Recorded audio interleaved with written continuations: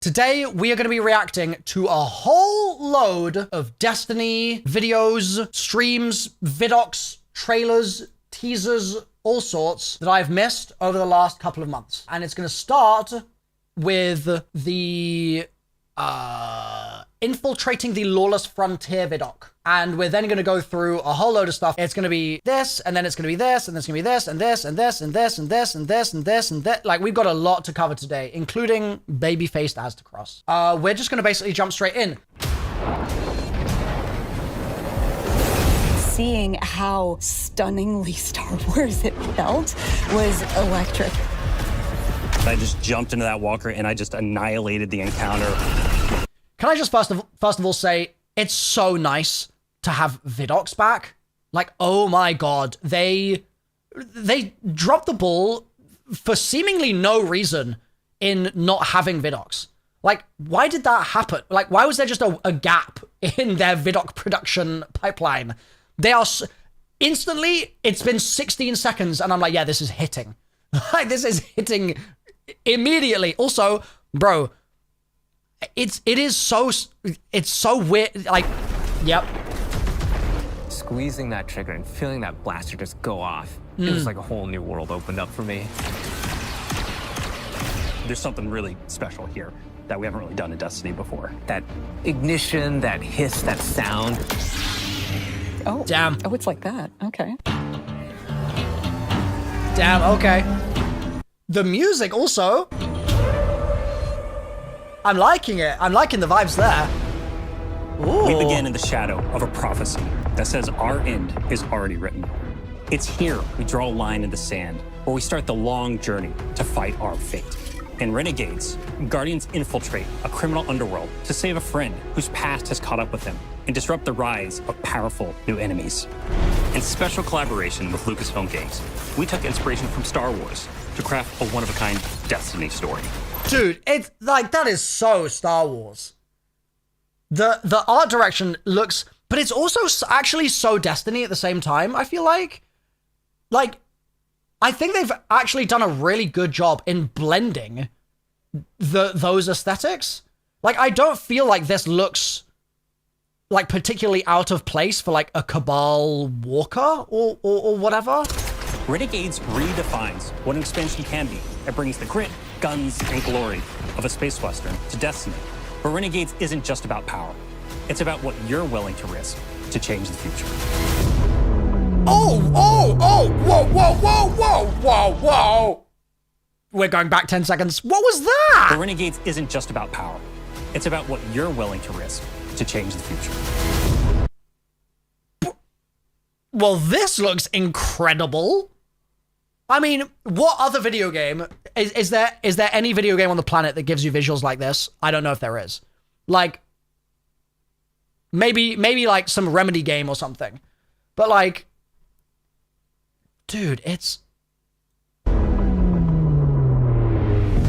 I love Destiny, dude. Hope in Shadow. Yeah, they really need to do that right now, actually. They really need to find that hope immediately. At Lucasfilm, we're such great collaborators. They understood that in order for this to work, we had to find where the Venn diagram of our two stories meet. Yeah. Themes of underdogs rising up against something much larger than themselves. Themes of hope. Those little places in that Venn diagram were the ones that really helped us find the story that we want to tell together. Allison is she might be a top 5 human on this planet. I love that woman so much. She's so great. She's so good at her job. She's so smart. Her writing is so good. She's so funny.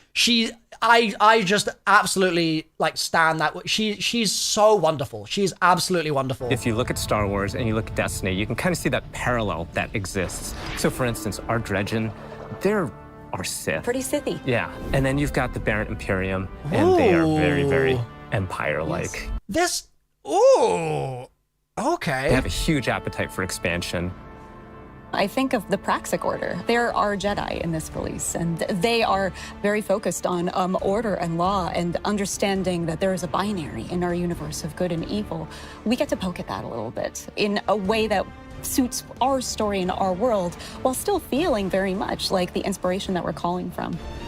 Edge of Fate leaves us with a really big pass forward into the future. Cinema. We know of this prophecy now that tells us that we need to bind the Nine or we face extinction.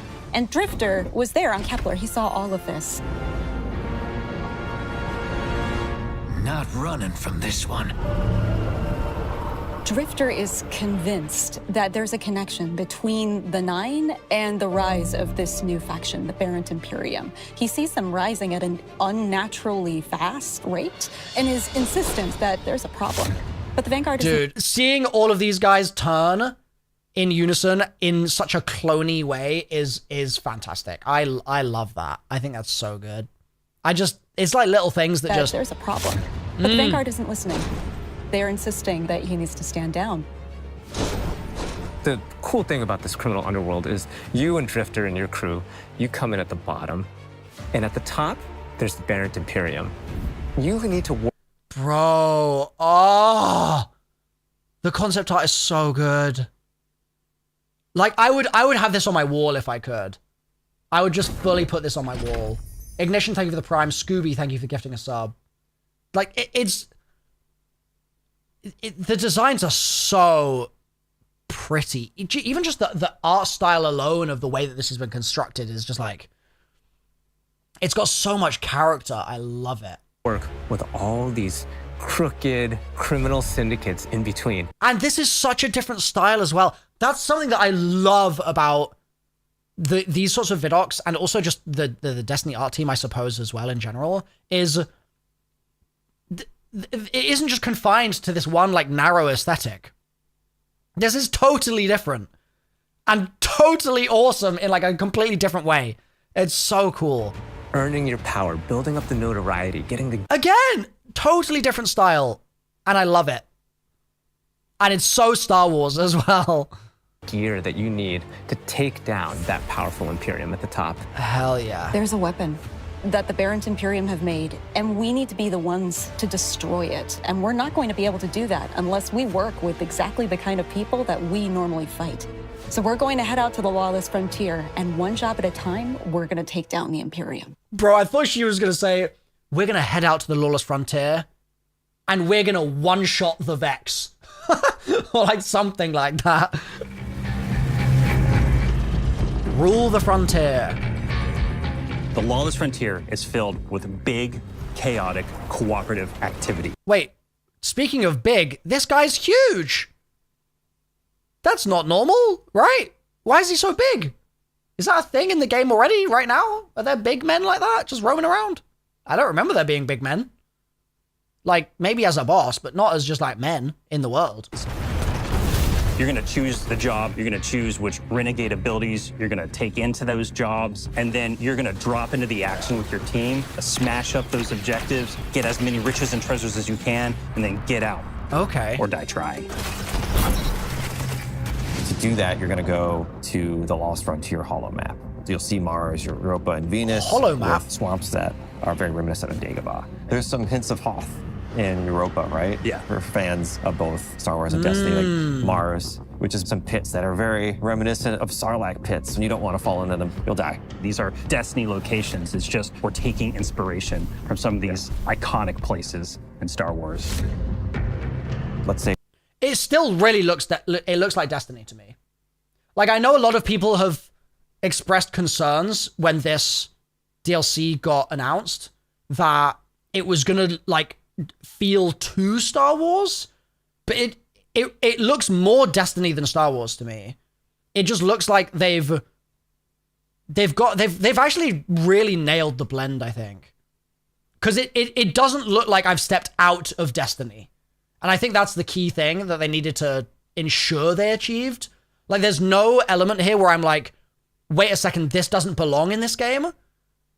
It's more so like, oh, this is an interesting flavor of Destiny that I've never seen before.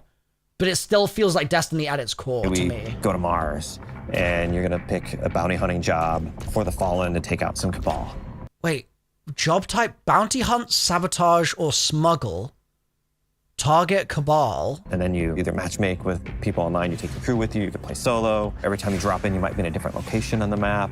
Beautiful edit here.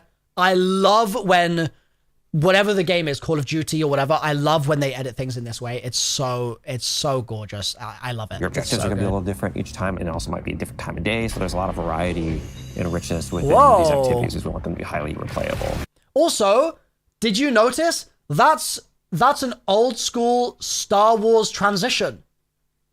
Like the wipe on the screen that they've used in the edit there. Like you watch the original Star Wars films. I mean, they do it in the modern ones as well to call back to the old ones. But they do those exact kinds of wipes. Every time you drop in, you might So be in a like different even location. that is just like a little call out to Star Wars that is so easy to miss. Yeah, like Odd Grew in the chat saying I didn't even notice that. Like it's so easy to just see that as like any old transition, but like that's specifically a Star Wars thing. You call that out to your partner as well? Hell yeah, Tipsy. And on the map, your objectives are going to be a little different each time, and it also might be a different time of day, so there's a lot of variety and richness within these That's activities. so We want them Star to be Wars. highly replayable. Along the way, we're going to throw a bunch of curveballs. You might run into a missile tower that's trying to take you out from halfway across the map. Okay. You have to like divert and take it out, and you get some extra credits out of that. Defeat your boss, get to the exfil with whatever time you've got left, call your ship in, all hell drops in on your head from the Cabal. Okay. Your ship flies in, you hop aboard, and you got to exfil. Over the course of the campaign and deep into the post-game of Renegades, you're going to be unlocking and earning a bunch of different Renegade abilities. We got things like airstrikes, Cabal drop pods, vehicles like the Cabal walkers, interceptors, swoop Interesting. bikes, turrets. We've got 9 abilities, 7 upgrades. There's a ton of stuff that you can bring in and just change how things play. I love the animation on that little coin. I love that animation of the little pling. So good. It's like a tech tree of options. It's like a whole tree of options across support, defensive, and offensive abilities, so the player's going to have a lot to play with here.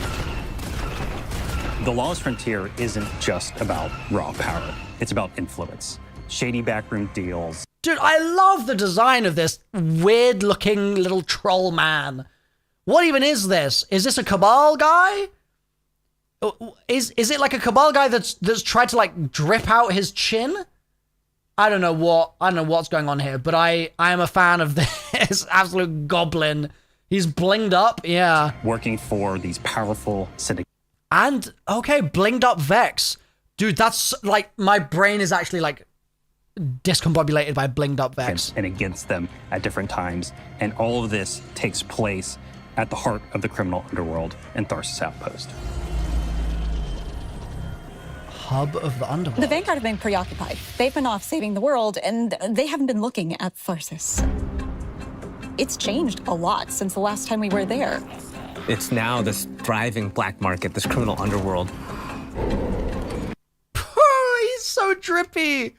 This guy had better be a big character in this DLC, because I want to talk to him all day long. Like, actually all day long. Tharsis Oh, it's a Scion, you're so right. Yeah, Scion's a Cabal. Yeah, my mistake. Junction became Tharsis Outpost. If you have an unsavory job that you need done, you can find it at Tharsis Outpost. Tharsis Outpost feels appropriate for both Star Wars and for us. When we looked at Mos Eisley as inspiration, we knew that we could... Bro, the servitor bartender? Like, I feel like I'm going to be talking to Sophia or something. play in that playground in a really fun way. From the ghosts that you'll see floating around to one Elixni with all 4 of his Elixni arms shaking up drinks. We took that Of course, inspiration hell yeah. and we found the Destiny spin. Ooh. Wait, this is interesting. Because this is... Wait. I'm now really confused. Is this a different capture space? Or is this like blended reality? Do you know what I'm talking about? Like the the walls here look like they're a 3D render. That doesn't look like a real wall. Is this a blend of... Do you know what I'm talking about? Like, but then that looks real, and there's like random cables. Why does it look like that? Like, what kind of weird liminal space is this? Like, because this is not their normal capture space. Because I've been in that room. It's the mocap studio at Goodbye, Kansas. What is that? Goodbye, Kansas. Is that a specific motion capture studio? Award-winning visual effects, digital animation, and motion capture for movies, game trailers, and commercials. Okay. Because, yeah, I was like... At first, I was like, whoa, these walls... Like, it looks like these weird, like, 3D rendered walls. And then I was like, wait a second. That doesn't make any sense. What? And then I was like, wait a second. This is a different room entirely. Like, what's going on here? Okay, sick. Sick. On it. Criminal syndicates have moved in. You're working with the syndicates. You are building your notoriety with them. The 3 different syndicates that we created, we're going to be dealing with. The Pikers are Elixni. They're kind of like an anarchist biker gang. Unlike other Elixni, they're atheists. They don't worship machines. They follow relics. We've also got the total... Relics? Oh god, PTSD.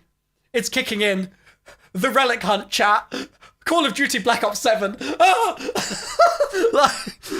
They're following me wherever I go. Oh no. Division, a subsect of the Barrent Imperium. They're run by Scions, and their enforcer Rao is going to be... Yeah, not Vex. Scions. I thought I saw a small little narrow boy, and I was like, oh yes, it's Vex. No. The leader of this group. And we've got Tharsis Reformation. They are a breakaway group from Maya's Vex. They're starting to think for themselves and figure out what it means to be an individual. Okay. I have 2 immediate questions that this makes me think of. Number 1, is this card game going to be in the game like Gwent is in the Witcher series? Like, do you think we're going to be able to actually play the card game, chat? Because you think no chance? I genuinely think that there is a possibility. The fact that they've got these designs so clearly on the table makes me feel like there is a possible chance that this is an actual game that they've made rules for. Because like, that's what at the end of the day, it's all game development, right? So who knows? Maybe internally they made a real card game. That would be sick. That'd be so cool. Oh, it's appeared in the past? Really? Oh, so this is a recurring game. Vex with pants aren't real, or they are real and they can hurt you. Starting to do crime. They're wearing clothes. Crime and wearing clothes are what all individuals do. Yes. We need to have new... As soon as you gain free will, those are your 2 options. That's all you've got on your tree. It's just those things. Crime and pants. People to fight and new people to root for. And this was our opportunity. Hell yeah. All right, chat. Which faction are we going with? What was it? Tharsis Junction, I think, was one of them. Totality Division. And I forget the name of the first one. Pikers. Which are we rocking with? Tharsis, not even a question. Pikers for the little healing droid. Totality? Okay, I'm seeing a good blend, actually. I'm glad that it's not just like one singular group that is being chosen here. There's actually quite a lot of dispersion across the options. So that's a good sign. That's a sign that they've nailed like each of the groups having their own archetype and kind of almost like player fantasy kind of vibe. You DM'd me a cutscene where they appear. Nice. Okay, thank you, Painter. Notoriety is power. But the heart of the Renegade fantasy is not just surviving the lawless frontier. Also, this is like so not related to what's in Renegades, but I'm like a video creator by trade, and so I notice these things. I really love these lower thirds that they've got here. They're really clean.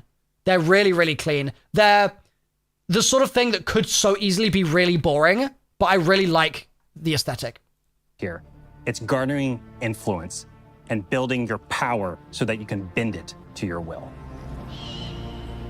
In the end game, to get the best weapons, the best armor, the coolest exclusive cosmetics, you're gonna need to work with the syndicates to increase your notoriety by completing jobs successfully, alone or with a crew, and then... Bro, Painter just initiated ads. That's crazy. And Painter's a mod, so Painter can't get timed out. That's insane. Doing so, you'll unlock our highest risk, highest reward jobs, and at the same time, you're gonna have the ability to do the special job that'll take you off planet to the dungeon. Oh, wait, the dungeon's in this? Oh! And you'll also unlock Invasion. That's right, Invasion is back. But this doesn't... Wait. Oh, wait. Hold on. The dungeon... So this is like pyramid aesthetic, right? And it's almost... It almost reminds me of... Like, imagine if Sundered was overgrown. Like, it's kind of giving me that kind of energy. You know what I mean? I guess this is outdoor, though, isn't it? This is like a little, like, keep that they're approaching. This is cool. No dungeon stuff here? Well, the dungeon, there is dungeon stuff here. It's right here. Lally, thank you for the prime. Zeed, thank you for gifting 6 months to Allison. Hell yeah. No more ads for Allison. Let's go. Hell yeah. Thank you for that, Zeed. And you'll also unlock Invasion. Sundered is overgrown? I disagree. That's right, Invasion is back. But this doesn't work like Gambit. It's opt-in. The invader has some initiative when Invasion begins. This is more strategic. You scan the battlefield, and you're like, okay, is this the right time for me to take the shot? And what's the right tool for me to do it? So this is Invasion. Do I use an airstrike or a vehicle? Do I use a Cabal Walker? Just watch out for that double cross. Yeah.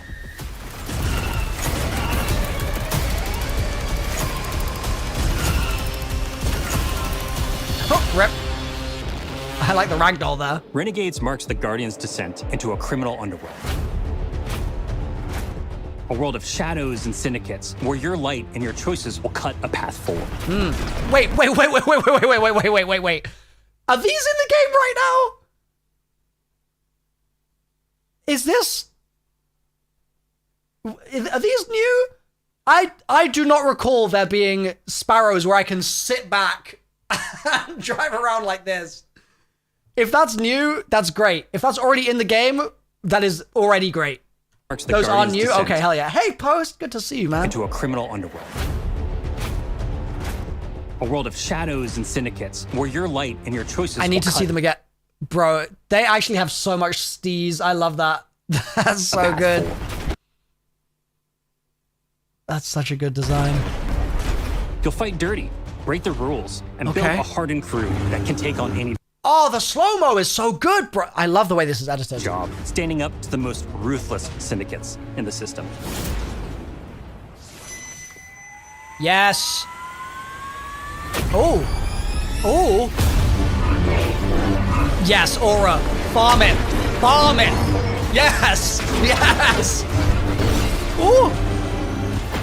Even in the darkest corners of this world, there's still a glimmer of hope. Guardians will have to find their own version of balance between loyalty and survival, between power and purpose. Because there's more at play than credits and contracts. Forces are on the move, ones that see you not just as a player, but as a piece on the board. Oh. To change the future, you'll have to become the one thing they never saw coming.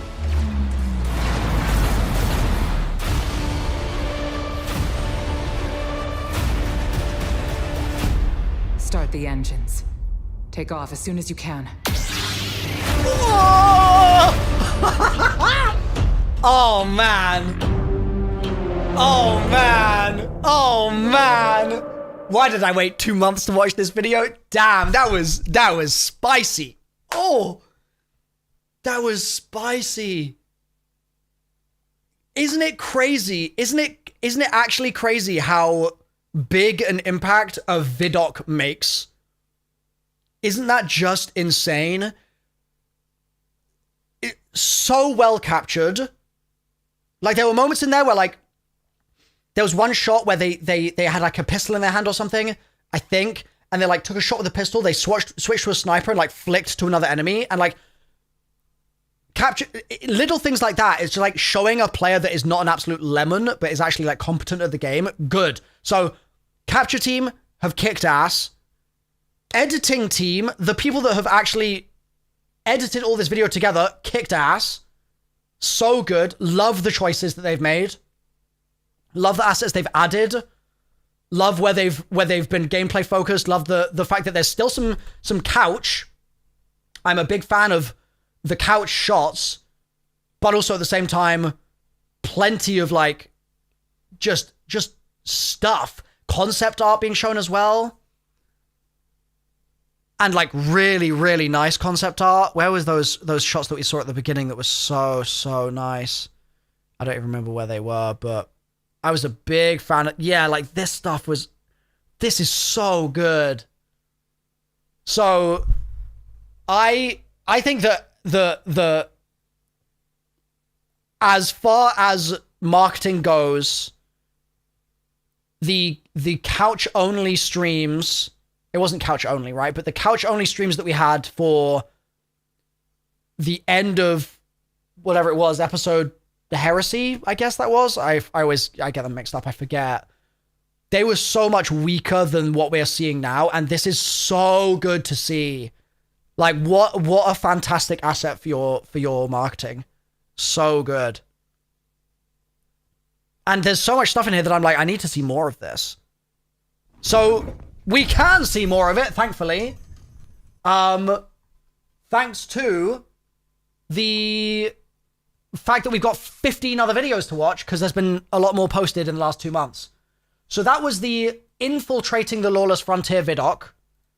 Chat, should we now jump over to the weapons and gear trailer? Are you ready for more? So, to set the scene, this was the following month.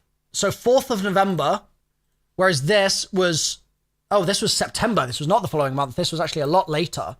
So September, push through to November, we got this weapons and gear trailer. Here we go. Welcome, Renegade. I have another bounty for you. Wait. First of all, can we just... These outfits look so different. Like, I feel like these are... Again, it's like that blend of Star Wars and Destiny. Like, this is so Star Wars. These things... That's such a Star Wars-y vibe, but they've somehow, like, managed to make it still look Destiny. I think they've done a really good job there. I have another bounty for you. Is that Spider? That's Spider, right? I feel like I remember Spider from many moons ago. But I don't pay for mercy. It is Spider? Okay. Uncivil Discourse.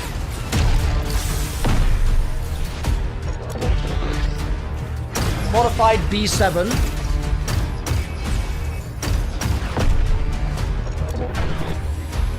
All or nothing.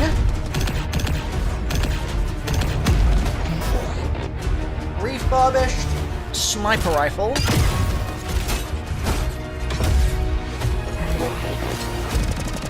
M17 fast talker. Okay. Compact defender.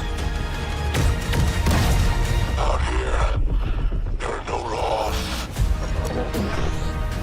Fortune Spade, but God, they're gonna give me a spinal problem in a minute. Praxic vestment. God damn it. Dymo fusion? Dymo suffusion?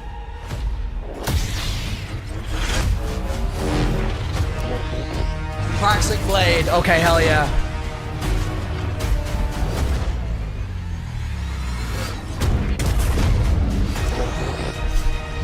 I thought that was like the herbal heirloom.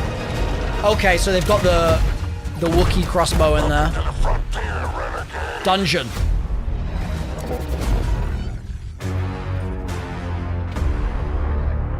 I have a few questions from this. is it normal for them to include shots of the dungeon this early in things? I feel like if it was a raid, I think there would be like no shots of stuff. But I don't know how it works with dungeons because I've never been a Destiny player in the build up to a dungeon before. Like when I started playing Destiny 2 properly this year, I started 5 days before Sundered.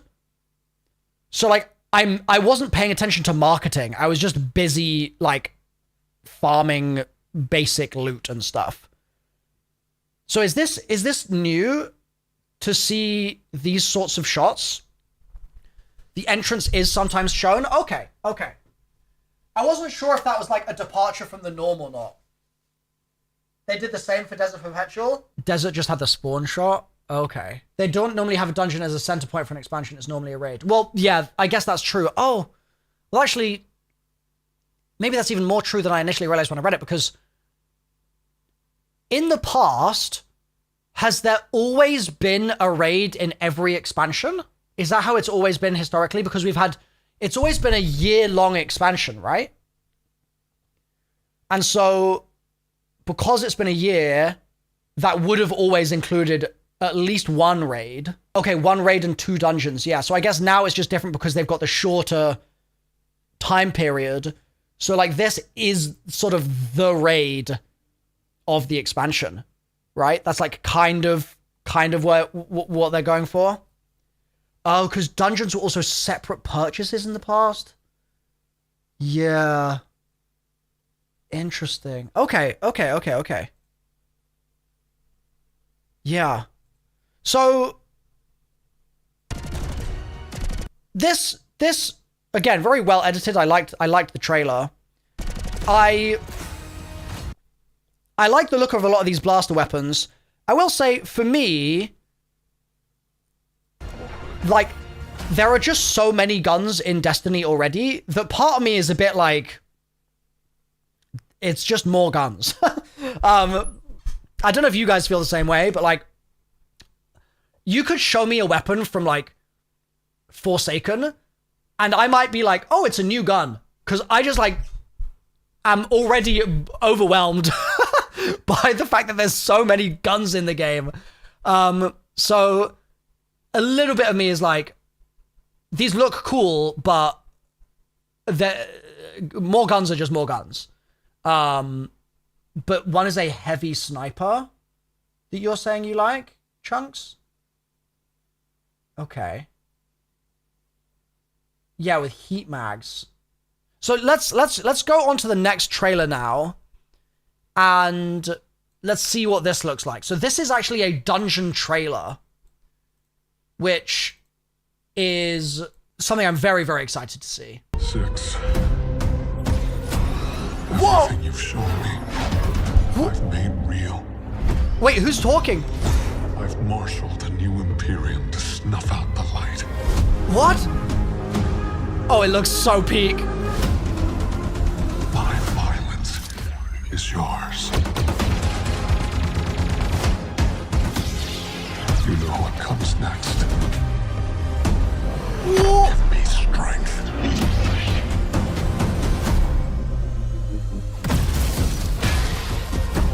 Take everything I have. Oh, baby. Oh, baby. Dude, I love the fact that they didn't overshow things. Like, it's still quite minimally revealed, but at the same time, the aura of it all is so there. So, this is the developer live stream, and this contains another Vidoc, I've been told, amongst other things. We will watch it at regular speed, at least initially, because it looks like this is like a trailer or something.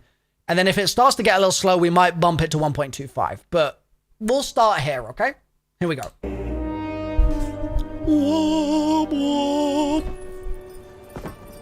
Feet? Wait!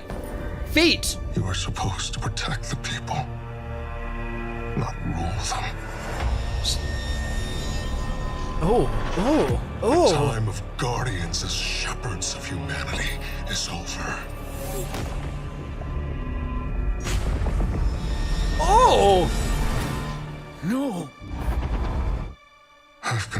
waiting so long for this. Dredge and hope. Bro, when the Bungie logo, when that logo starts bussing, you know you're gonna have a good time. You know you're about to have a really good time. Can't shake. New Cabal, the Barrent Imperium, sprung up out of nowhere across the system. That doesn't just happen. It's the Nine, and I'm putting together a crew to prove it. What do you say, Weapon? Oh, the saber looks crazy. Welcome to the new Mars. Now the only law on Tharsis is the gun on your hip and the light in your hands. I love their design. I love the color scheme. You'll do well here.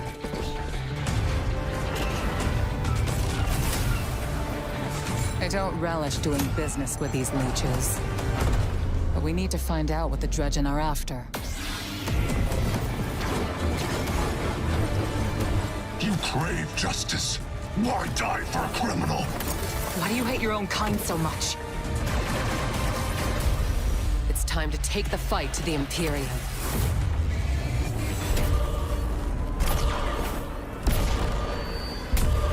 Peak trailer editing! So peak!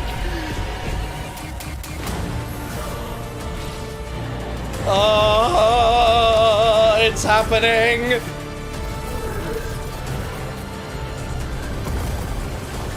Finish it. Finish me, bro. Finish me right now. You will fall. But next time, we meet. Oh! One play left.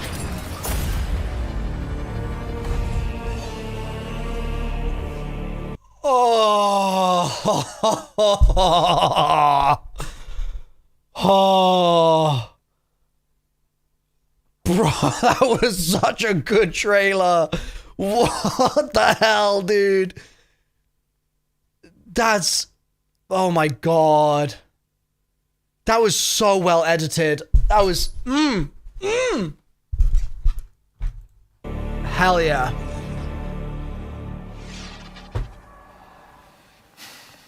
All right. Yeah, he knows it. He knows it as well. He's like, yeah, that trailer kicks butt.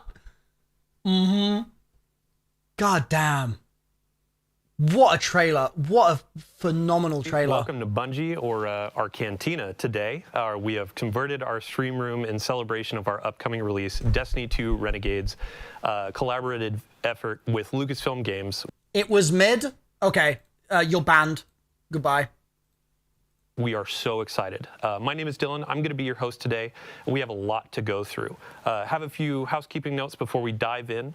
Ultimately, if you are on Twitch, if you watch for 15 minutes, we have a fantastic emblem for you to earn. Okay, sadly not today, chat, because I'm seeing this late. Apologies. Seekers, not saints. Make sure your Bungie.net account is linked and you will earn this reward. Additionally, our community team, hey community team, love you. They're going to be going through chat throughout this stream and after we raid Leopard Stealth, one of our good friends. Hey, Leopard got the raid. Nice. Year of Prophecy digital editions to be handing out. So make sure your DMs are open. Keep an eye out for a DM from Bungie, and yeah, you might get yourself a code for a platinum platform that we offer. So. What are we talking about here today? We just had our launch trailer. Destiny 2 Renegades is launching in 7 days. Countdown right now. 7 days from now, you're going to be... So actually from today, it's 2 days from today, I think, right? Yeah. Yeah, 2 days from now. Like less than 48 hours and it'll be out. Because it's a reset on Tuesday. Yeah. In their plan. We got blasters, we got the Praxic Blade, we have a new Vidoc that actually we are sharing today, and this is going to be called Making of a Renegade. Hell yeah. After we watch our Vidoc, we have a panel of developers on the couch. We're going to be talking about the Lawless Frontier, our new activity that is coming with this experience, full of loot, full of fun experiences, and all that kind of stuff. So, without further ado, let's watch a new Vidoc, Vidoc 2, Making of a Renegade. Take it away. Now, my question for you, chat, is should we watch this, but on the channel in a higher quality as a video? I feel like that would be a smart move. This is Destiny with the Star Wars lens. I feel like that was the dungeon from the very beginning. Right? It's kind of a jump scare. Doesn't that look like that?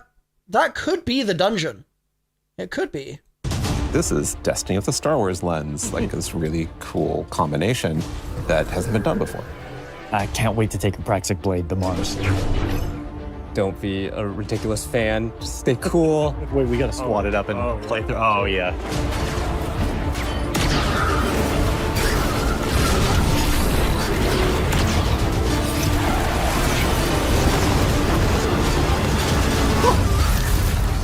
This is why we got into games in the first place.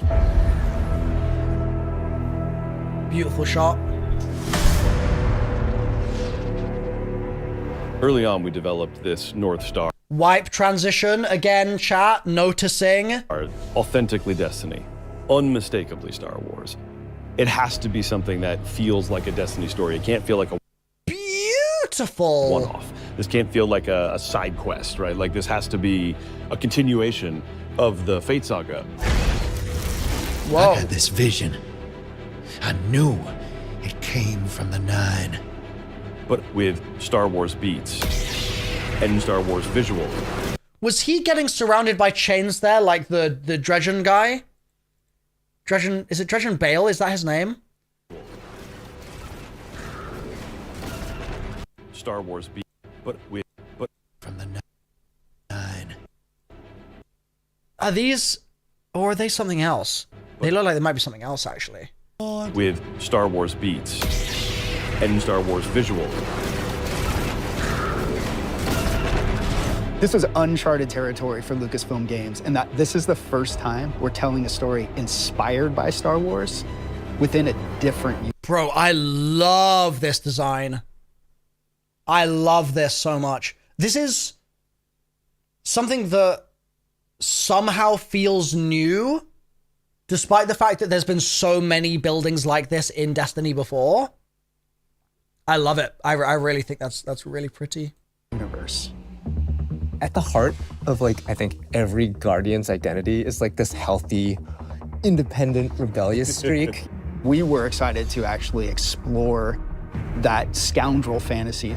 Bounty hunters, the syndicates, going out and doing jobs with a ragtag team. We took inspiration from Star Wars to ensure the scale, visual language, soundtrack, and cinematic storytelling in Renegades delivered on everything fans will have come to expect from the franchise. The Praxic Blade collaboration stands out to me. Because lightsabers are so iconic, it was absolutely critical to get that balance right. The team at Lucasfilm Games was just so solutions focused. It wasn't, it has to be this way. It was a lot of back and forth and asking questions about how would this work? Well, let's talk about it. All right, oh, so we need a different energy source. Okay, what would that look like? It was all about like what is best for the player. When we announced this collaboration in the studio, James may or may not have been wearing a fighter pilot helmet. Yeah. Destiny and Star Wars share that same beating heart. I was like, oh, this is gonna be special.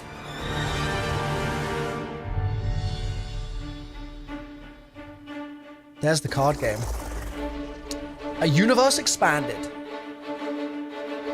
We were given such a unique challenge. How can we achieve the aesthetic and the feel of Star Wars without losing... Notice, chat? Notice the cards on the table? Real game incoming, question mark? And the feel of Star Wars without losing the narrative threads that we've created so far for Destiny at the same time. It wasn't until we found our footing with creating a foundation in Destiny that things started to click together. I remember... What is the difference between... What makes you a staff narrative designer? Like, I don't know how these job titles work at games companies because they're different everywhere, right? Every single, like, game studio has their own set of ways of naming things for their like, job tiers. I wonder what staff represents here. Staff narrative designer. Not sure. In Destiny that things started to click. Staff is higher than senior? Staff is higher than senior? probably implies he's full-time and not on a contract. I think you would just say narrative designer in that context. Yeah, not sure. Together. I remember the first time that we went down to San Francisco. We had this really big meeting where it was the Destiny narrative folks on one side and the Star Wars narrative folks on the other side. Oh, wait. Oh, it is. Okay, so Allison has said it's associate, then it's narrative designer, then it's senior, and then it's staff/lead. Oh. I've never heard of staff being interchangeable with lead before. That's so interesting.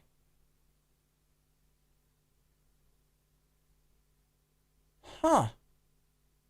And then associate narrative director, and then narrative director. Hello! Sick, okay. So associate, then designer, then senior, then staff or lead, then associate director, and then director. Got it. Okay. Thank you so much, Allison. That is really helpful clarification.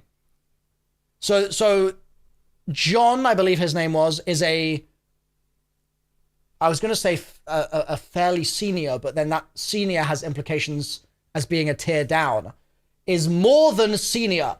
John is a more than senior narrative Destiny legend. He's been around for a very, very long time. Hell yeah. Okay, awesome. He may actually be John Destiny. he might just be. All right. Elder. Yes. Yeah, there you go. He's an elder on the narrative team. Perfect. Broke the ice by just asking, what's the bad version of this? We had a really good laugh over what that looked like.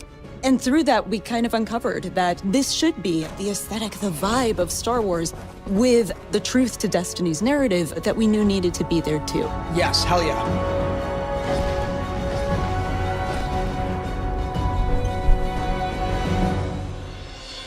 We begin 2 months after the Edge of Fate has happened. The world has moved and changed, and we're still trying to figure out what Binding the Nine means. The Vanguard have redacted the prophecy of extinction. They don't want the public to panic over. So, hold on. Because I have another question about how Destiny works. And this is a basic question, but it's because I'm newer to the franchise, right? In the past, we've had seasonal stories. Have there been time jumps between seasons? Or is it a new thing all the time? That's a common thing? Okay. Sort of? Not really. Okay, I'm seeing some disagreement in the chat here. So D1 to D2, yes, I would expect there to be a time jump there. It's depended in the past? Okay. I don't understand why 2 months is important here. For my own personal curiosity, Agent? Months or years, sort of not very voiced. We just learn through lines. Okay. Mostly the 2 months is to set the stage for players. Yeah, totally.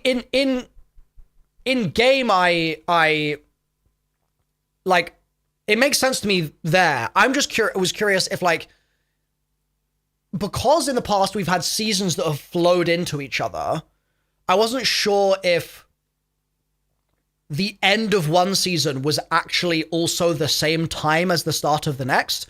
Like, I've never experienced a season turning into another season before. Depends how you see it. Some seasons felt like they kind of moved one-to-one with real life. Usually, yearly expansions would take place 1 year after the previous. One-to-one with our time. Okay. Okay, interesting. Sometimes the end of one season was the start of the next. Sometimes they overlap, like in the episodes. Okay. Okay, got it. So, yeah, because I was just curious how much experience we had in Destiny with time jumps, basically. And it sounds like a bit of experience. Like, that has happened before. This isn't a first by any means. I mean, 2 months is also not a great deal of time in the grand scheme of the Destiny universe. Thank you, Jessica. You never given it loads of thought. Yeah, fair enough. Hope I'm in Destiny mode right now. I'll have to look in a bit. But yeah, okay, interesting. For this prophecy. The crux of our story is the Drifter asking us to help him break Vanguard law for good reason.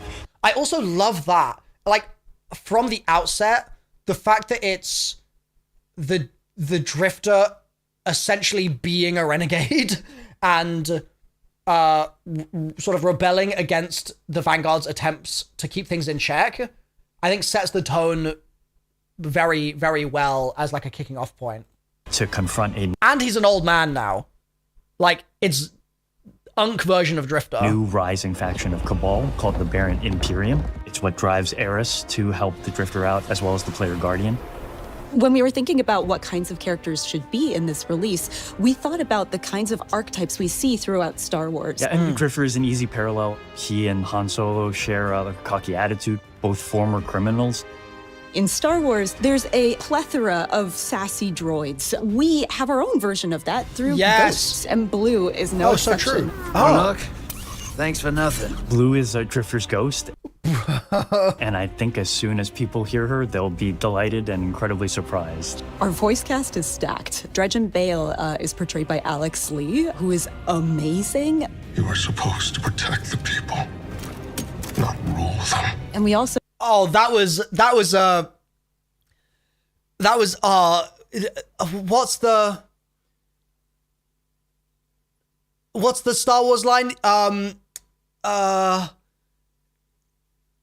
You were supposed to bring balance to the Force, not destroy it, right? That is like melodic inspiration for the way they wrote that line. You know what I mean? Not leave it in darkness. Is that what it was? You're supposed to bring balance to the Force, not leave it in darkness. What does Obi-Wan shout? I feel like he shouts something at Anakin or vice versa at some point.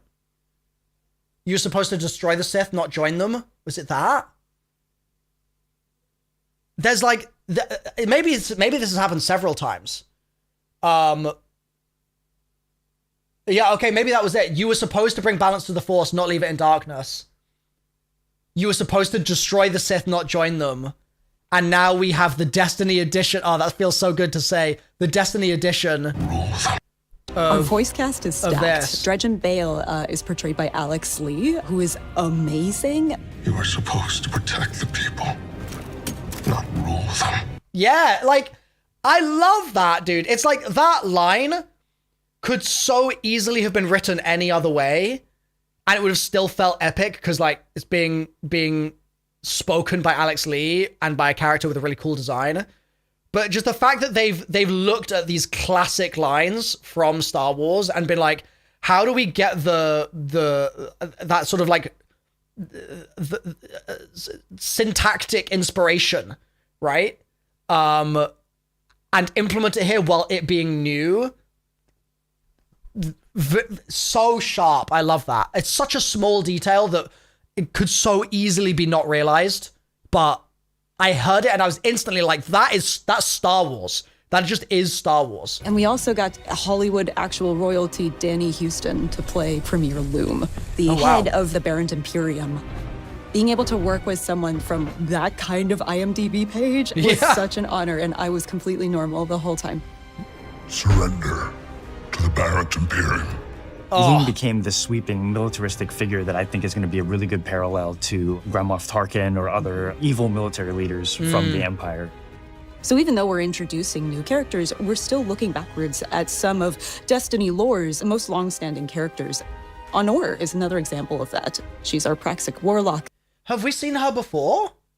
She's loosely meant to be a parallel to something like a Jedi in Star Wars. No, haven't seen her before. Okay. She's been in lore for a long time. Oh.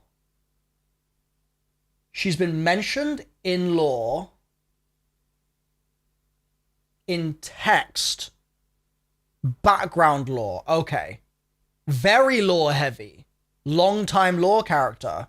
So Allison has reached into the back of the fridge and plucked out a pot of pickles that have been marinating for a decade. And she's been like, yoink! Them's the pickles I want. Right there. Yeah, okay. Hell yeah. How do you pronounce her name? Aunor?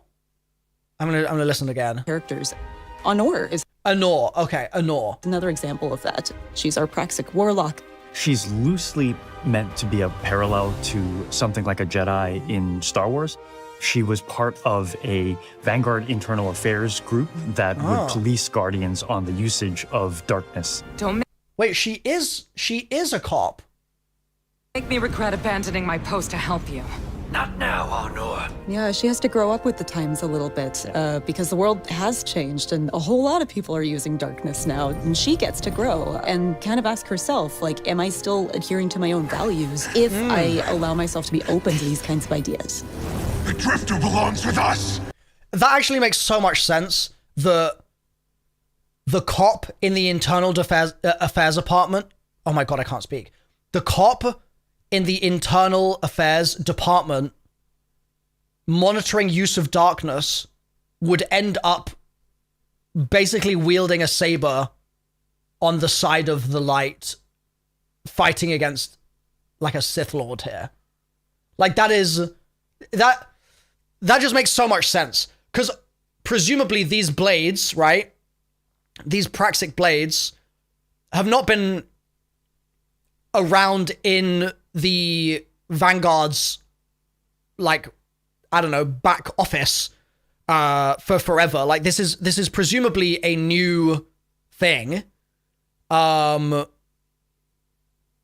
least to some degree.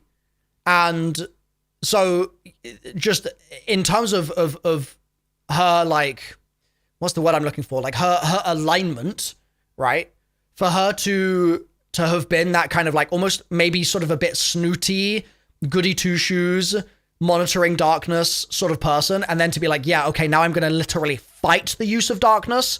I mean, not that Bale is necessarily all darkness. I know that we're past that, but for that to be her sort of spiritual standing on her alignment chart makes a lot of sense. That really fits nicely to me. I like that a lot. The Drifter left your cult long ago. And then there's Bale, Dredgen Bale. Dredgen is a dark guardian that represents absolute darkness. Okay, I caught myself saying darkness because I was like, well, there's no light and dark anymore. We're going with absolute darkness, baby. The Praxic blade crystal has existed for a while, so she's probably had the blade for a while. And Bale used to be part of the Praxic order, hence why he has a blade. Dredgen Bale doesn't like the fact that we're ruled by a city of immortals who can't step down and that weren't elected. He's got kind of a point, but his methods for addressing that point suck. Wait, no, hold on. Guys, is Dredgen Bale right? Has Dredgen Bale done nothing wrong?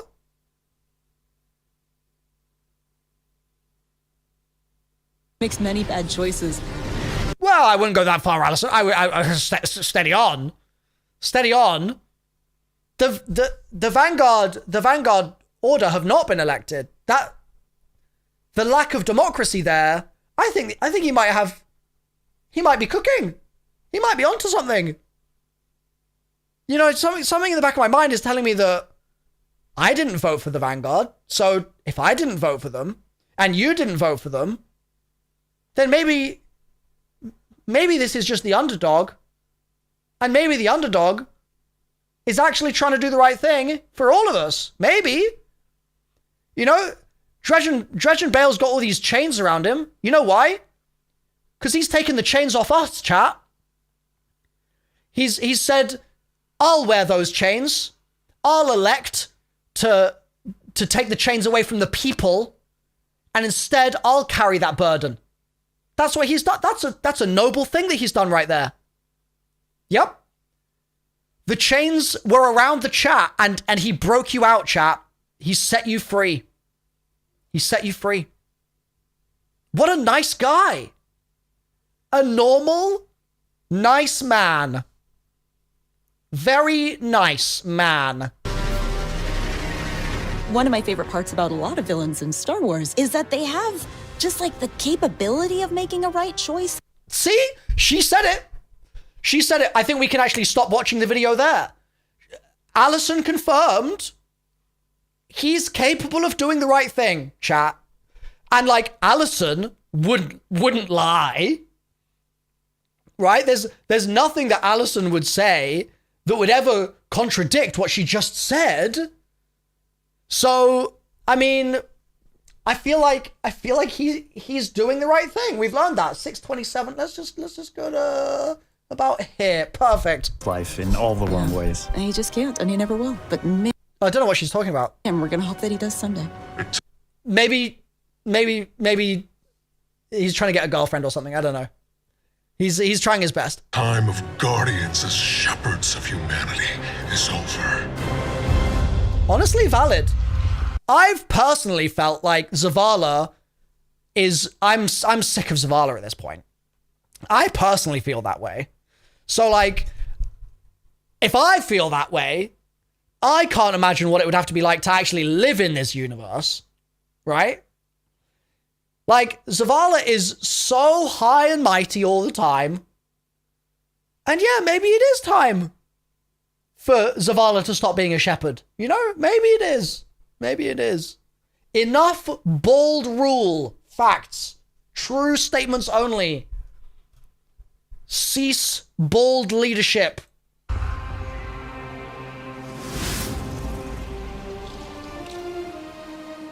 This has been an opportunity where you love Destiny, you love Star Wars, you want to do something with both. What are you going to put into it? Oh my God, it was such a challenge at first. Finding that sweet spot of how do we make something that can live in both worlds and not feel out of place in either, but also feel totally new. Oh, I love their concept art so much, man. This kind of reminds me, the art style, of the really early days, like Destiny 1 concept art that they put out. Like, it was the exact same sort of like painterly style of just, there's not a lot of detail in terms of like things that are squeezed in to the shot. Like, it's not like there's like lots of little men running around, right? But there is a lot of detail in what the piece evokes in you. Like, there's so much ammunition for your imagination in these shots, and I love the way that Destiny does that. It's so cool every time. Exciting. It wasn't always about where do we find the exact... Oh, cinema. I did not expect it to change like that. ...middle ground, 50-50 Star Wars and Destiny, because at that point, you're feeling almost a little derivative. Mm-hmm. There's those moments along the way when we were like, this is just Star Wars. This is not the purpose of the collaboration. We want to have something kind of new. Gorgeous. Like, I love it. I love it. That makes you think of both. I remember when we were trying to figure out what we're going to do with our new Cabal. We started in that place where it's just Cabal wearing a Stormtrooper outfit. Yeah. But it wasn't until we injected more of that weird alien design of a lot of these armor sets, that was kind of... These look so weird. Like, in a good way. It's very, like, carbon fiber. The sort of shielding that they've got on their arms here. And the silhouette is obviously familiar, but it's so different at the same time. It's really cool how they've evolved the Cabal look in that way. What switched it over from this is too derivative to this is really working, I think it comes through in the visuals and every single map. There are little Easter eggs and little treats Easter eggs? here and there that we hit around, and Lucasfilm Games has been awesome at collaborating with us and even putting some of their input onto our maps so we can really give the players something exciting. Sick. The switch flipped in my head like, oh, we would never have done this without this collaboration was the Syndicates. Yeah. We're going places with the Vex and the Elixni and the Cabal that we really weren't going to go before. Oh yeah, and trench coats. And trench coats, yeah. We have Vex in trench coats that are playing cards. It's so awesome, and I don't think we would have dared do that if we didn't have this opportunity. No, and it was the perfect time in our universe to do it too. The Star Wars fans on the team just start coming out, telling their stories about what they're excited to build, and far be it for me to get in the way. We make a lot of weapons in Destiny. How do you take a weapon in Destiny, which we have literal like 4 digits of guns, and understatement, right? And make something that feels new, but also does justice for Star Wars. And Blaster was really obviously the choice. They're roughly in 2 groups. There's dynamic blasters, which are intended to be harder hitting, firing a ton. Brute force. And then we have a number of balance blasters. As you're shooting, and the heat is building up, you're going to have a venting opportunity where you can hit a perfect vent. It's like functionally a reload, so you can start shooting again much faster. Sweet. I gotta ask though, what about those Cabal blasters? Are they Have there ever been perfect vents or perfect reloads in Destiny before? I'm trying to think of if there are guns in the game where you do any kind of like tech and it changes your reload. But I feel like that's never really happened. Izanagi's? I don't know if that would count. On bows? You could reload cancel? But I feel like even when you reload cancel with a lot of stuff, doesn't it still queue up like downtime in the animation so you don't actually save time? Or am I tripping? Am I thinking of a different game? I feel like in Destiny, the reload cancel is like not as strong as it is in like a COD or something.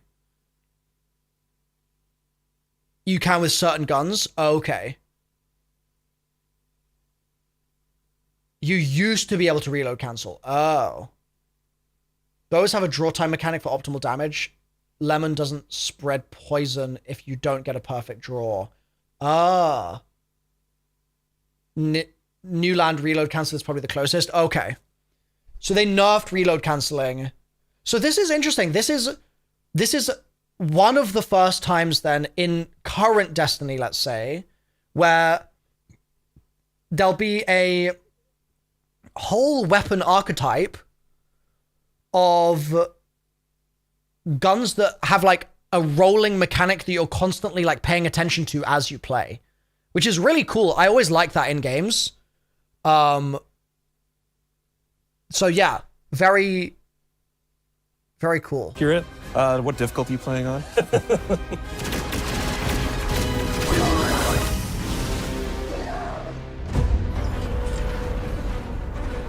We have swords in Destiny, but we don't have a Praxic sword. We don't have a lightsaber approximate. It's an exotic primary weapon that's kinetic, where you can reflect a bunch of blasts,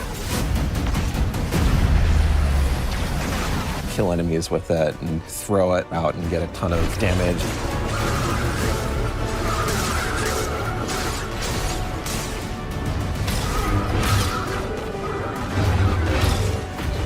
Having the sandbox be able to explore this new like ability ecosystem with renegade abilities.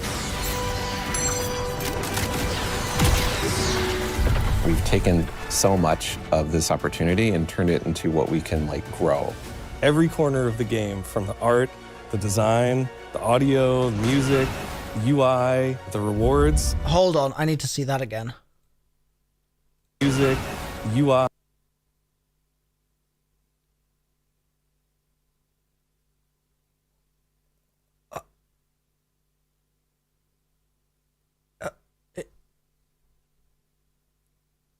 Is it my goat, the director? Why does it look so pretty? I thought we lost this source.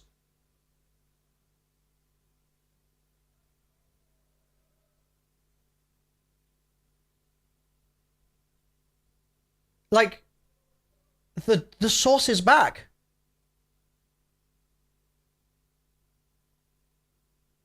This is so pretty. And it's so simple. Like and it's so Destiny, and it's Star Warsy, but man, I'm trying to think where is this going to show up, and how nested into the menu is this going to be? Like, is this? I'm not sure where this is going to like show up. You'll see more later. Okay, cool. The rewards completely infused with the magic of the collaboration. It's really been a real treat to be a part of. Yeah, it's super satisfying.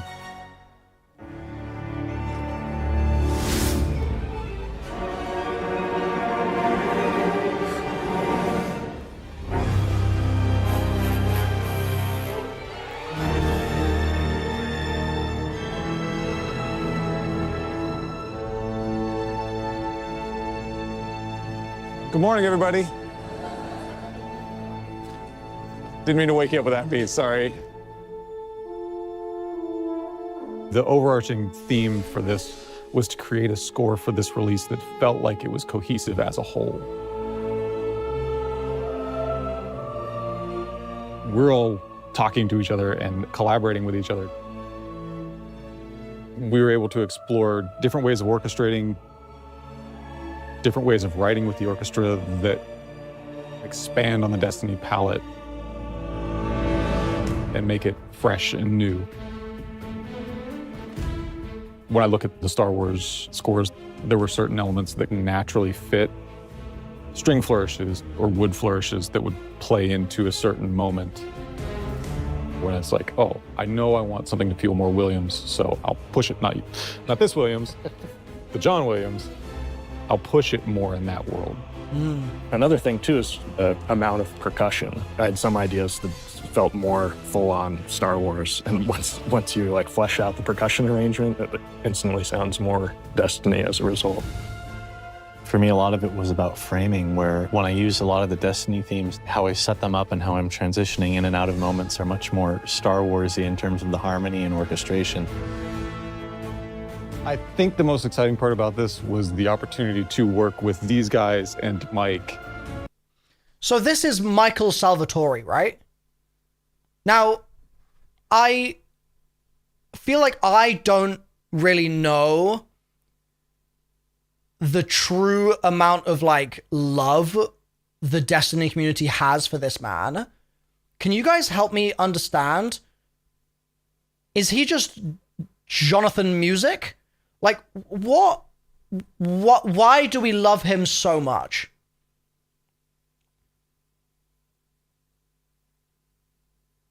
He's been with Bungie since Halo. OG. He was laid off before Final Shape. Okay, so he was not just like contract composer. He was in studio, permanent, full-time. One of the two original composers. He's behind the Halo score. And then he got laid off. And he invented music. And so his last job for Bungie was stuff in the build-up, I guess, to Final Shape. And he's now back working on Renegades. I guess it's unclear whether he's... Like, he's probably on a... Like, it's probably contract work here. But, oh, he did compose Final Shape before being laid off. Okay. So he finished up Final... He did his Final Shape work. He got laid off. And then is back on contract for this, which is great to see. Okay, got it. You definitely made it a point to kind of bring us together and listen to each other's music. But Brendan, you wrote something with the most beautiful oboe solo in it, and it drives me nuts that I didn't think of it first. No one wanted to follow Brendan is what it came down to. Brendan's cues just sound amazing from the start.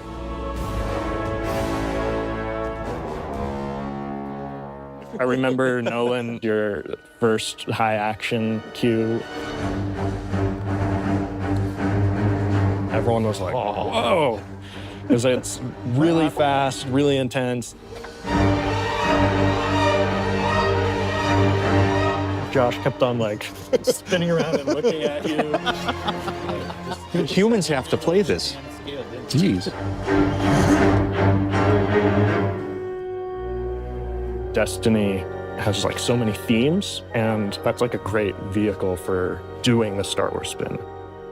Our first meeting was discussing that main theme, and I remember hearing it for the first time.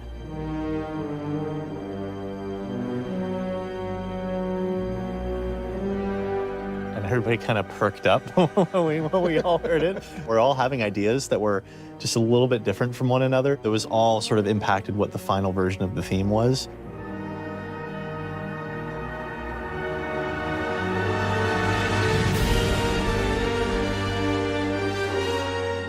Dredge and Bale.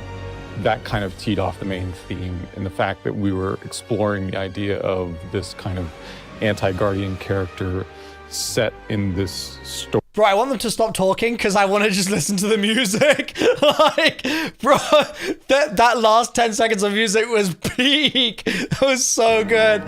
Give me it again. Give me it again.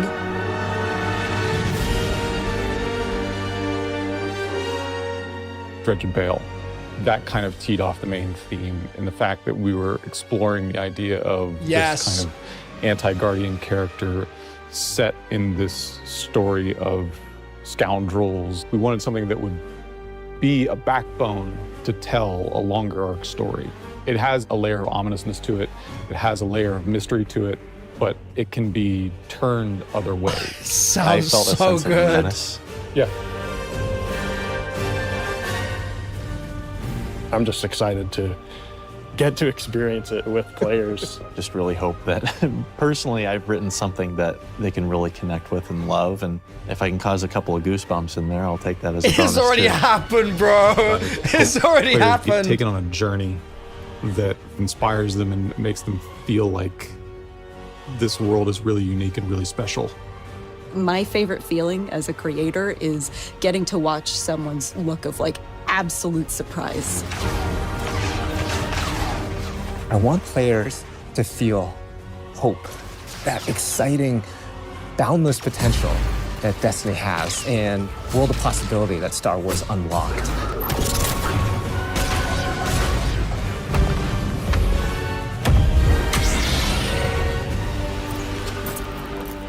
I've been waiting so long for this. Oh. Yeah, I have goosebumps. Oh, wow. I need the soundtrack now, today. Oh. My God. The music just sounds so good, dude. It, like, it's... One of the things that's always difficult with a trailer or what have you like this is the gameplay. You can't really understand what it's going to be. You can't really understand like how it's going to all flow together without the context of the entire experience. But the music, I think, is kind of a weird exception to that, where the music we're hearing is the music we're going to be hearing, right? And granted, we're not getting the full rest of the experience, but just even in background for 15 seconds, it sounds so phenomenal. So hell yeah. So that's the Vidoc from the stream. And so that brings us to here.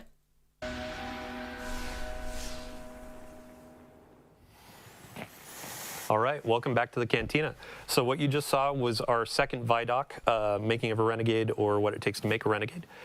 This is our moment to really peel back the curtain and show you how games are made. It's a monumental effort, and what you saw, it was a mix of our narrative design, audio, our collaboration efforts with Lucasfilm Games. Many thanks to everyone involved.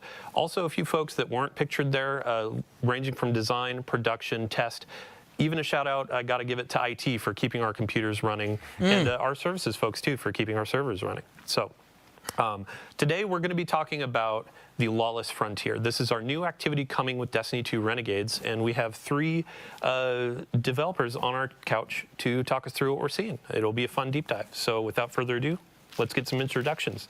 Eric Smith, we're starting with you. DMG, Damage 04. Yes, my name is Eric Smith. I am a combat design lead on Destiny 2. You may know me from my work where I was the design lead on the Strand subclasses. I started kind of making the stasis abilities, and most recently the Renegades ability buffs. Awesome. Oh, cool. Okay. Yeah, next up, Tom Farnsworth. This is the first time that you and I are in a stream together, but a quick introduction for folks that may not have seen you in previous Vidocs. Yeah, so I love his I'm jumper. Creative lead for Renegades, and I've been at Bungie for like, I don't know, I can't even remember, like 13, 14 years. Damn! Worked on Destiny 1, Destiny 2. The highlights were probably like Dreaming City, Season of the Splicer, 30th and Into the Light were the most recent things I worked on leading in this, but this has been an absolute blast to work on. Awesome. Yeah, thanks for joining us today. And last but not least, our grid skipper aficionado, Taylor Bjorndal. How you doing? Great. Yeah, Taylor Bjorndal, associate weapons designer, here to talk about all the rewards and blasters and the practice blade and all the other stuff we made for you to chase. Awesome. Yeah, so just for folks, if you end up missing anything, if we go a little bit fast, we got a lot to pack through. We'll have a VOD on Twitch and YouTube after this. And if you missed our Vidoc or the launch trailer, those will be uploaded as well. So what we're seeing on screen right now, we're launching into our Lawless Frontier activity. Hell yeah. Tom, I would love to put the spotlight on you. Let's give a quick description. What is the Lawless Frontier? So the Lawless Frontier is our core game mode in Renegades. You're going to play through some of the campaign, but it's really what comprises our end game. And the idea is that you're a renegade taking on these shady jobs like bounty hunting, smuggling, and sabotage from our syndicates, and you're doing so to increase your notoriety, your power, and your riches, and of course to get some Okay, so 30-minute countdown. Yeah, and when you talk about bounty hunting, sabotaging, that kind of stuff, those are different types of this activity, right? Yeah, their bounty hunting is all about taking out a key syndicate boss. Sabotage is about blowing the heck out of everything with your renegade abilities, dropping airstrikes on Cabal vehicles, and smuggling is about grabbing everything that isn't tied down. Yep. In true fashion, when you're going into a dangerous spot, you got to just grab whatever you can find, right? Yep. So today we're going to be focusing on a bounty hunt, and I believe you said this is kind of like a quintessential Destiny vibe of an activity, right? Yeah, it's probably the closest to a traditional Destiny activity, but you're going to start in the ready room, which is kind of a unique experience, and you're going to be able to pick your renegade abilities in there from your little shank buddy that's in there. You'll hop aboard Hawk, and you'll drop down to the destination. You can see we're already in on one of the Mars maps that we have. There are all these jobs take place across Mars, Venus, and Europa, and there's 2 maps on each destination. Okay. This is Hellas Fortitude, and right now we're doing a bounty hunt, and we're working to draw out the intel officers to track down where our target is. After this, there'll be resurgence of the security forces of that target. They'll have a classic boss fight, but with a bunch of wrinkles thrown in for gameplay here of things, hazards that are at play, your abilities, maybe an invader, which we'll talk about later, and then you'll exfil with your bounty and get some loot and take that back to our social space, Tharsis Junction, where you'll be able to spend your currencies to buy some of the cool blasters, or maybe some of the cosmetics and customizations for the practice blade we're going to talk about later. Awesome. Yeah, and I mean, so as we're going through this, we're going to be seeing a lot of abilities that players know and love on screen, but we have new abilities, renegade abilities, that are going to be for this activity. And Eric, you're going to be our person of knowledge here. Yeah. What do we got on screen? Yeah, so Renegade Abilities is a new ability system we have in Renegades. What you do is we have a brand new button for you to press. That's going to be R3 on the controller and then Z on the keyboard. And that's going to kind of switch you into a different mode that gives you new abilities for your grenade and your melee. That sends out one of these tokens. we have here on the screen, you can see we have one called Revitalize that heals you and provides you with ability energy. And then we have the other one, which is the Deflector Shield, which is this zone I can sit inside and shoot out of, and it blocks all the incoming damage. Got it, okay. It's also going to, for my allies who are inside the shield, it will amplify them and then jolt any enemies who pass through it. And all of these have 7 levels of upgrades. So when you first start, they will have certain functionality and certain strength, and as you upgrade them, they're going to get better and better. And they really change the gameplay, right? Like they're kind of these pocket supers almost, that as a hunter, I'm able to be like, I'm going to build support, right? I'm going to choose these 2 support renegade abilities and make sure my team has what they need to survive this tough environment. You can also see in this mode we have non-regenerating health. So things like that Revitalize renegade ability are really going to come in handy to be like, we need to take a break and heal. Let's pop over here to some safety. And anyone can build into that if that's what they want. You know, we have things like vehicles that you can pull in or you can call down from your ship. So that's one thing. There's so much to talk about. Yeah, well, before we get to the ship, actually, let's talk a little bit more about the health mechanics in here. Because we had this in some previous activities like Nether, and we got a ton of great feedback on like do we like the no heals? How you get it back, and I've seen already in this activity, as you're going through, there are some pots, there's some ways that you can get it. There are the Renegades abilities, but Tom, if you want to talk a little bit more about it. We took Nether as a base, but I'd say this is a little bit more forgiving. The way that health works is, you've got a large pool of health. It does not regenerate at the top level, but if you get down... They've done this a few times. Is this a new grenade? Talk a little bit more about it. We took Nether as a base, but I'd say this is a little bit more forgiving. The way that health works is, you've got a large pool of health. It does not regenerate. I can't tell if it... Are they shooting the grenade to blow it up? It looks really cool. I love the... Oh, it's knives? It's a hunter ability? Oh, okay. I just don't play hunter, so I just haven't seen it before. Okay, got it. At the top level, but if you get down to 0, it will regenerate to the base shield, so you have some of the red flashing screen, and you can either use a normal sandbox like a rift, oh, it's been buffed. Healing, a support weapon, open these pots that have those little healing orbs you can see on the screen to get some of your health back, or you can use things like Revitalize and like build your Renegade abilities into kind of dealing with those kind of challenges we're putting in front of you. And one thing that I really like about this mode is like we've got Expert, Master, Grandmaster, and on the Grandmaster you're really gonna need to use all these abilities that kind of like coordinate with your teammates and kind of build a loadout to kind of conquer the challenges we put in front of you. Awesome. So they're talking about Grandmaster there. Is the portal still gonna be the portal in Renegades, or are they kind of going like, like, have they announced plans for that? Is it still going to work the exact same way it currently works? It is? Okay. It's kind of covered in the content calendar article. Okay, so we'll get to it. We'll get there. Yeah, so going back to, you had mentioned the ship when we're using our Renegade abilities. And I think earlier, outside of the Vex Dome, there was kind of like an airstrike that happened too, right? Yeah, we have a strafing run that you can upgrade, and your ship, so the one that you have customized and put your shader on, will fly through the arena and drop bombs in sequence, right? And as I upgrade this, it gets more and more devastating until it like is, but beyond any of the supers we have in the game. It's incredible. There's another one that is the Cabal drop pod, and what that does is, if you're familiar with the Cabal drop pod, it is this we all are giant metal ball because we've all been crushed by them. Ground. And in this case, it is almost like a supply drop because it's full of ammo, and it's also going to squish anything under us, and it does incredible damage. Not only that, but it will damage you and your teammates, so you got to be really careful. It will delete them. Yeah, just delete them. You got to be careful where you drop this. Offensive supply drop. Yeah, but you can be the Cabal now. You can turn it around on them. Yeah. So Bjorndal, we've had you kind of sitting quiet over there. I'd love to talk about the blasters that our players have been using. So in the Vidoc, we were talking about the balanced blaster and the dynamic blaster. Can you break down each, just a quick review of each, and then we can talk through some of the reload mechanics? Yep, sure. So yeah, we have 2 sets of blasters, or 2 different kinds of blasters. The dynamics are like more aggressive, harder hitting, fast rate of fire. They can like generally punch above their weight class, but they're like a little bit harder to manage heat on. The balance blasters is more like a rain of bullets. Like I'm just gonna unload on a big pack of stuff and like really have like a deep mag. Cool. And what you can see on screen right here, these are going to be all the blasters that you can get from running our Lawless Frontier activity, and then we'll actually have a slate of blasters that you can earn through the dungeon, which we'll talk a little bit about later. But yeah, dungeon. When it came to really balancing blasters and bringing them into Destiny as a new kind of weapon type, I would love to hear what were the challenges, what was some of the fun in developing those things with the team?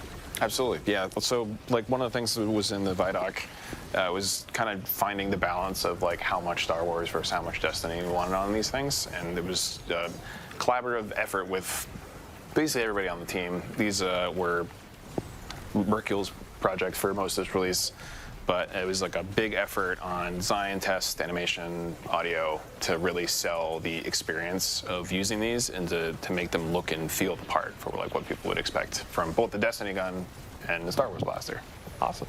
Yeah, I mean, since we're on the topic of loot and gear, our Guardian right now is using the new Praxic Blade and also getting smashed by a Cabal drop pod. But I'd love to hear about the customization that y'all developed for this. And this can be Tom and Bjorn talk to it, yeah? Sure. Yeah, so you're going to get the Praxic Blade by collaborating with Honor throughout the campaign. She's going to like deem you worthy of earning it. You'll go on a cool little quest that I don't want to spoil to earn one for yourself. And then post-campaign, you're going to unlock the ability to customize it. You're going to be able to change out your dark matter crystals and change the color of the blade to match your personality. Nice. And you're going to be able to change a bunch of different mods and gameplay elements, right? Yeah. So there's a whole bunch of different things you can kind of swap to fit your playstyle on this, where we have forms, cores, mods, and 4 different catalysts on it. And the forms kind of change like how you can get ammo back and give you some damage bonuses based off of different gameplay styles. And the cores let you apply subclass verbs to a different part of what the weapon does, depending on something that matches your subclass. So like you can add sever to like the saber throw, or something else like weaken or jolting. Yeah, it creates these really cool combos where I am strike, I'm throwing to debuff enemies and then getting it back and striking again. Yeah, and during a couple of our trial runs with this, you were talking about there are some animations and different combos in your melee structure, right? Yeah. So there's like a 3 or 4 hit combo you can do where you will end it with like a big spinny move that's like very thematic, almost kind of like how the Arc Staff has like the little hidden combo there. Awesome. I did want to call out, we also saw the Renegade ability, the turret that we have. It is called the Piker Mortar, and it is like the strongest turret we've ever built. Like it is, it has crazy range, crazy damage, and is a really nice, I'm going to throw this thing out to manage this part of the map.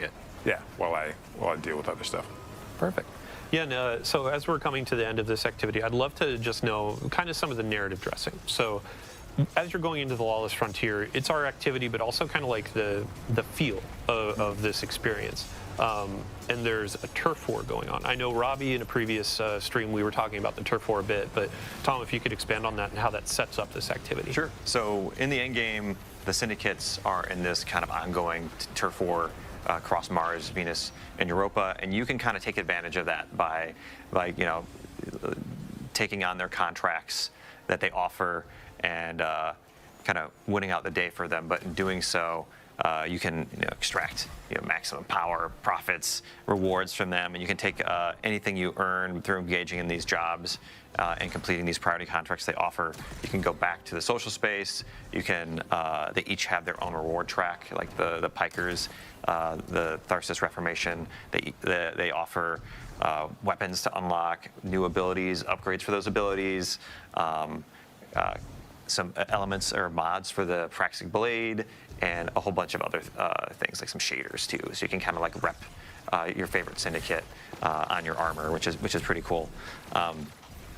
It's definitely with the Lawless Frontier, it's one of the most cohesive and deepest modes we've ever built. Like everything from this mode ties into the holo map, into the different mini. I will say the couch segments are so much less engaging than the Vidocs. They really are. It's so much harder to like stay focused for the couch segments.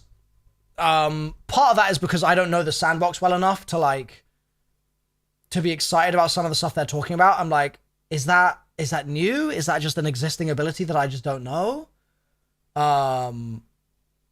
So I do find it a lot harder when they're on the couch. Game modes within it. I'm sort of here like into the social space, so like it's just gonna be exciting to see players kind of peel back all the layers and maybe get into some the darker corners like Invasion. Yeah, and I mean, so we've progressed. We've defeated the boss that we were hunting down for our bounty hunt.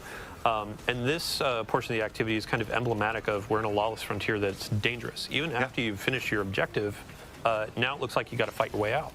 Yeah, so every job in the lawless frontier, in this case bounty hunt, like it escalates over time. So it gets harder the longer you're there. So there's real pressure to get in, do your objective, and get out. Just so like right now we're in the exfil. This is the final moments of the activity. Okay, you send up a flare, you call your ship in. Yeah. The Cabal are pouring down on you here. You're throwing out your renegade abilities, and you're just trying to survive until your ship gets there. In this case, each of the 3 jobs, bounty hunt, smuggle, and sabotage, have their own unique mechanic. Bank those moats, Guardian. These 3 mini bosses, which we call retaliators here.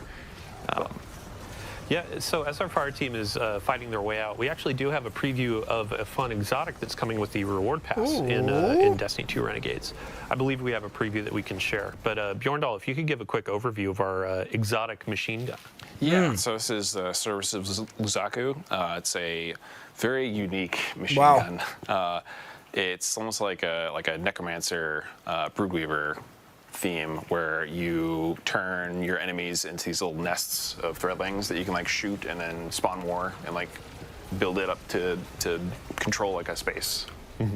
Yeah, and threadlings just got a buff, correct?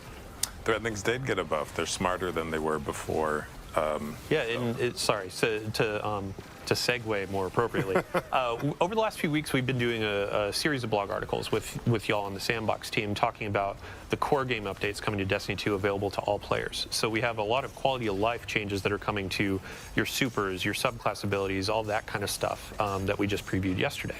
One of which, Warlock focused, was around threadlings, your strand abilities. Yeah, if you want to cover that really quick. Yeah, so you can see here the Warlock is moving while rifting, which is a huge kind of quality of life upgrade.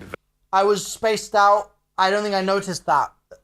What? Strand abilities, life change. Over the last few weeks, buff, correct? Threadlings did get a buff. They're smarter than they were before.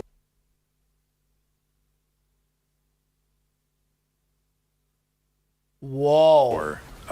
Yeah, and players. So we have a lot of quality of life changes that are coming to your supers, your subclass abilities, all that kind of stuff that we just previewed yesterday. One of which, Warlock focused, was around threadlings, your strand abilities. Yeah, if you want to cover that really quick.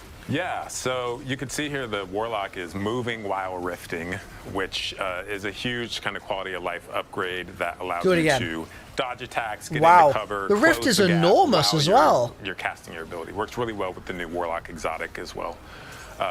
So there are, if you haven't seen that article we put out yesterday, please check it out. There's a lot of great buffs. We've shown hunters a lot of love. We love our hunters. We want them I guess warlocks are the best class after all. Feedback with the exotic tuning article. Hunters were like, wait, I want to see more, which in the future we will definitely have more. But in the abilities preview, talk about the future, but we can't. But because there's a lot of exciting. Some feedback with the exotic tuning article. Hunters were like, wait, I want to see more, which in the future we will definitely have more. But sick! You get in the ship and then you can just start beaming people with it. Out the future, but we can't. But because there's a lot of exciting hunter stuff that we are working on. So with the abilities updates for hunters, Golden Gun got a pass? Yeah, so Golden Gun got a pass, does more damage, and now scorches on impact. Okay. We fixed an issue where you had to step outside of your well to get full damage. Bro! Yes!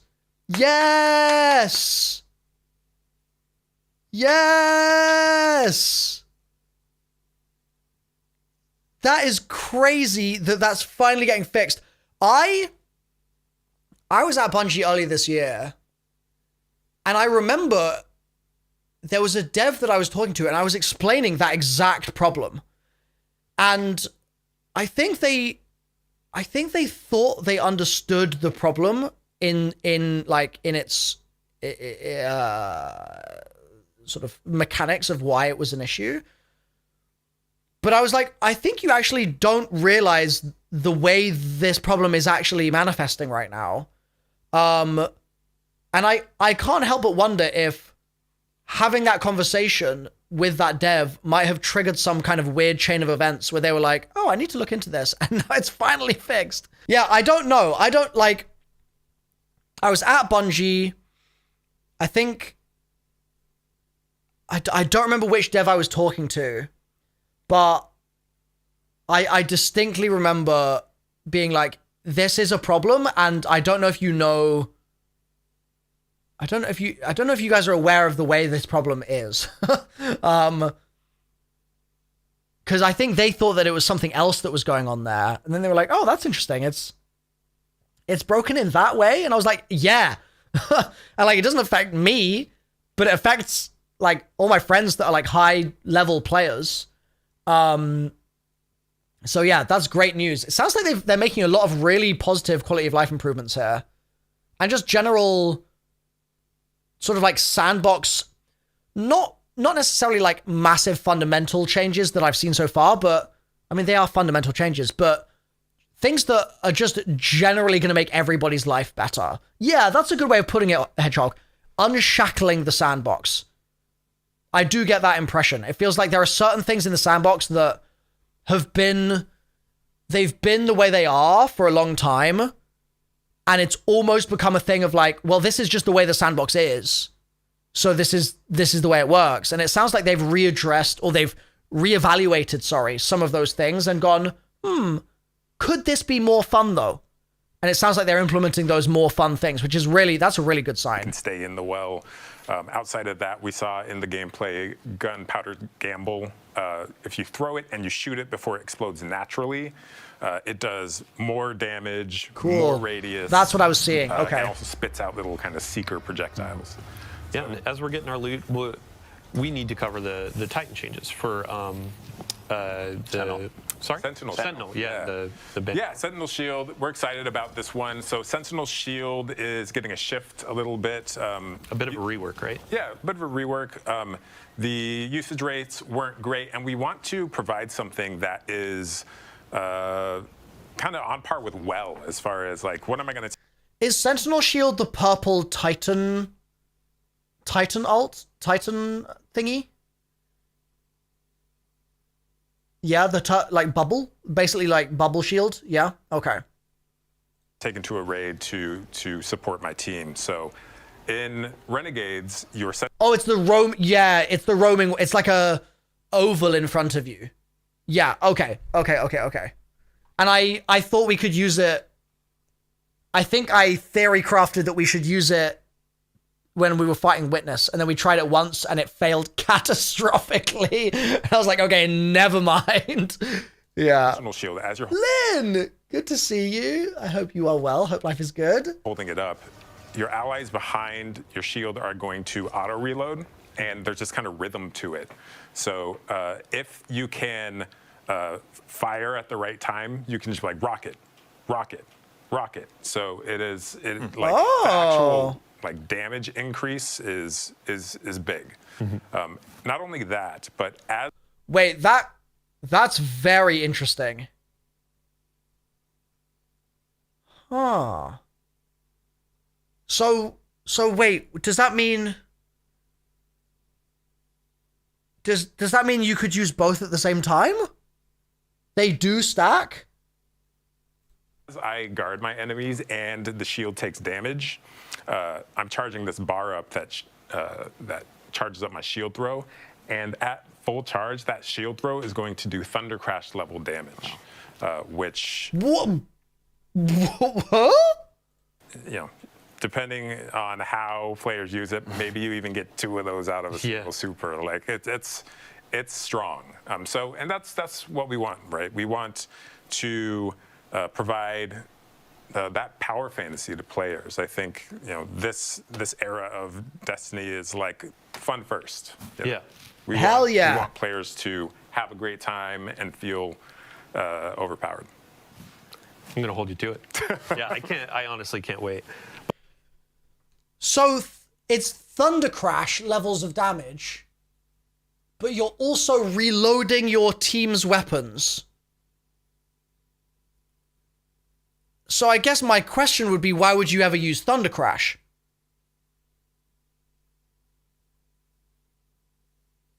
But I also don't play Titan, so...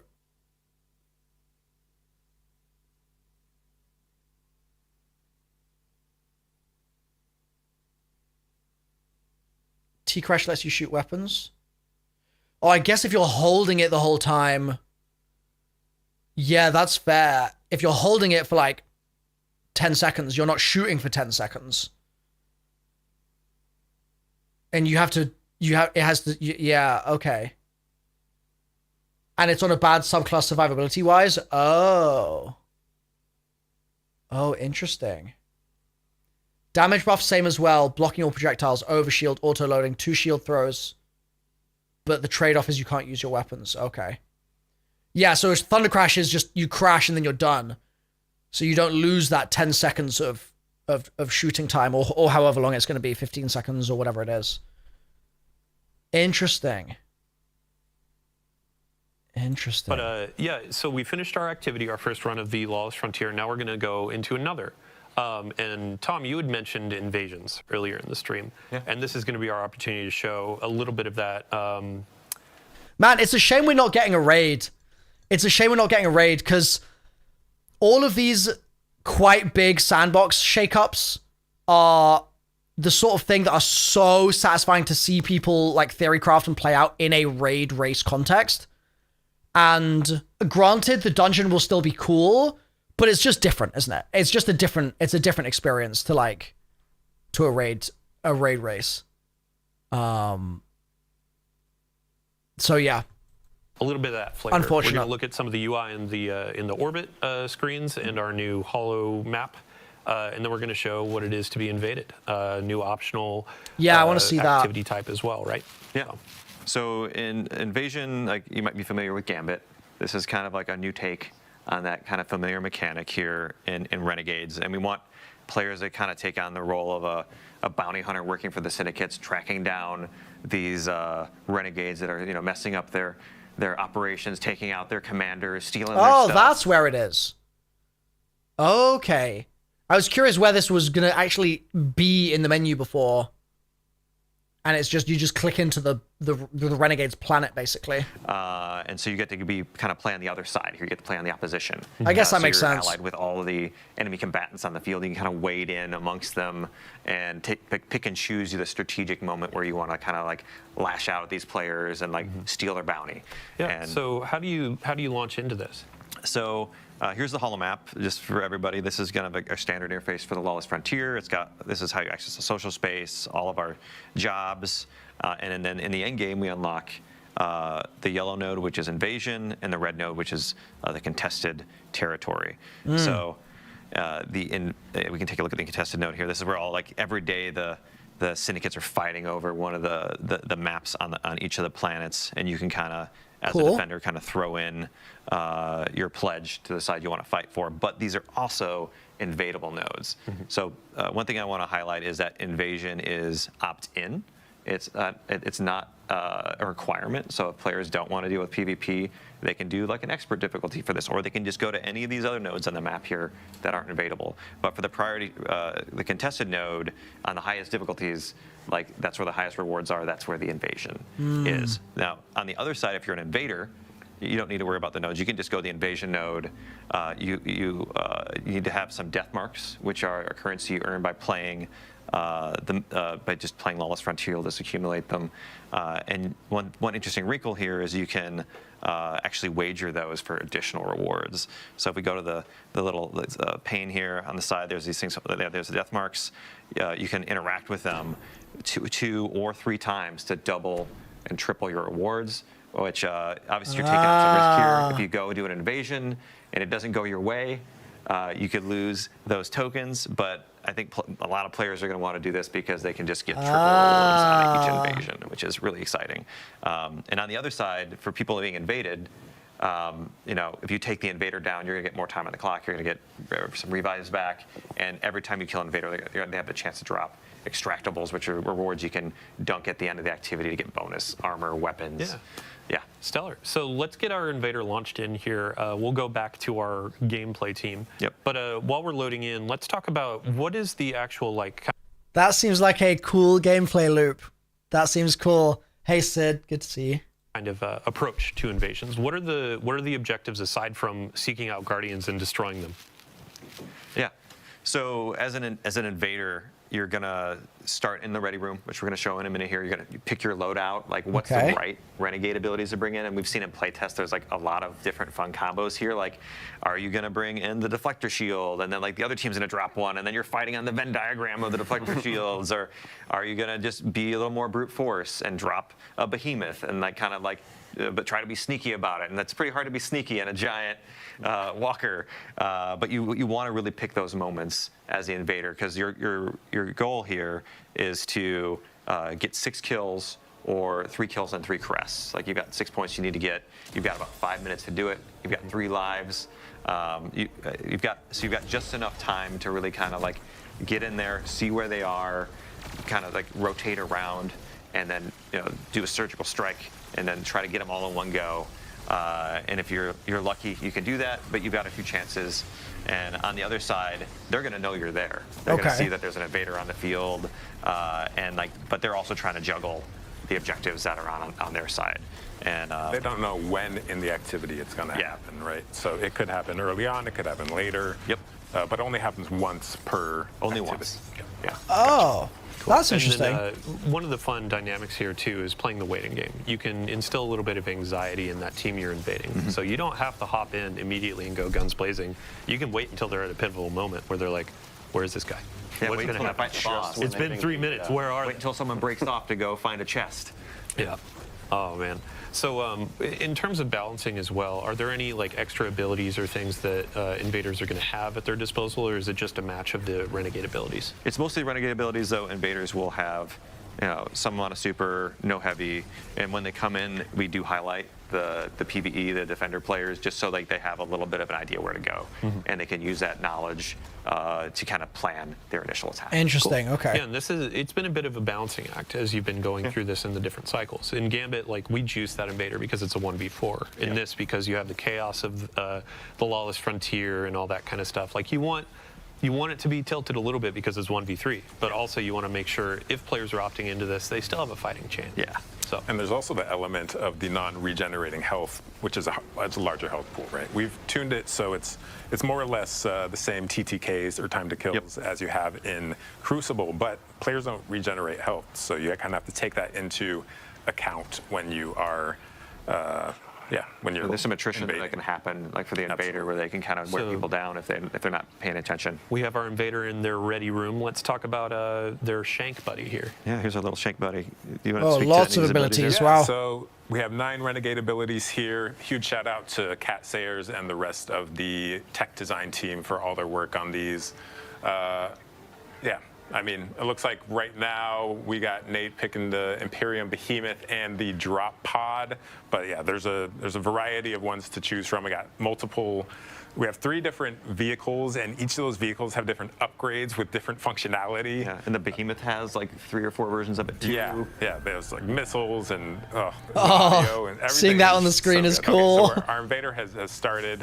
It looks like moving. Okay, so there's it's like a little tether mark. Preparing to throw that coin. So you can see there they clicked that right stick, and that is going to ready the ability. They then throw the ability and just drop the drop pod to get some heavy ammo. Yeah. Oh. So need some heavy ammo to go into battle.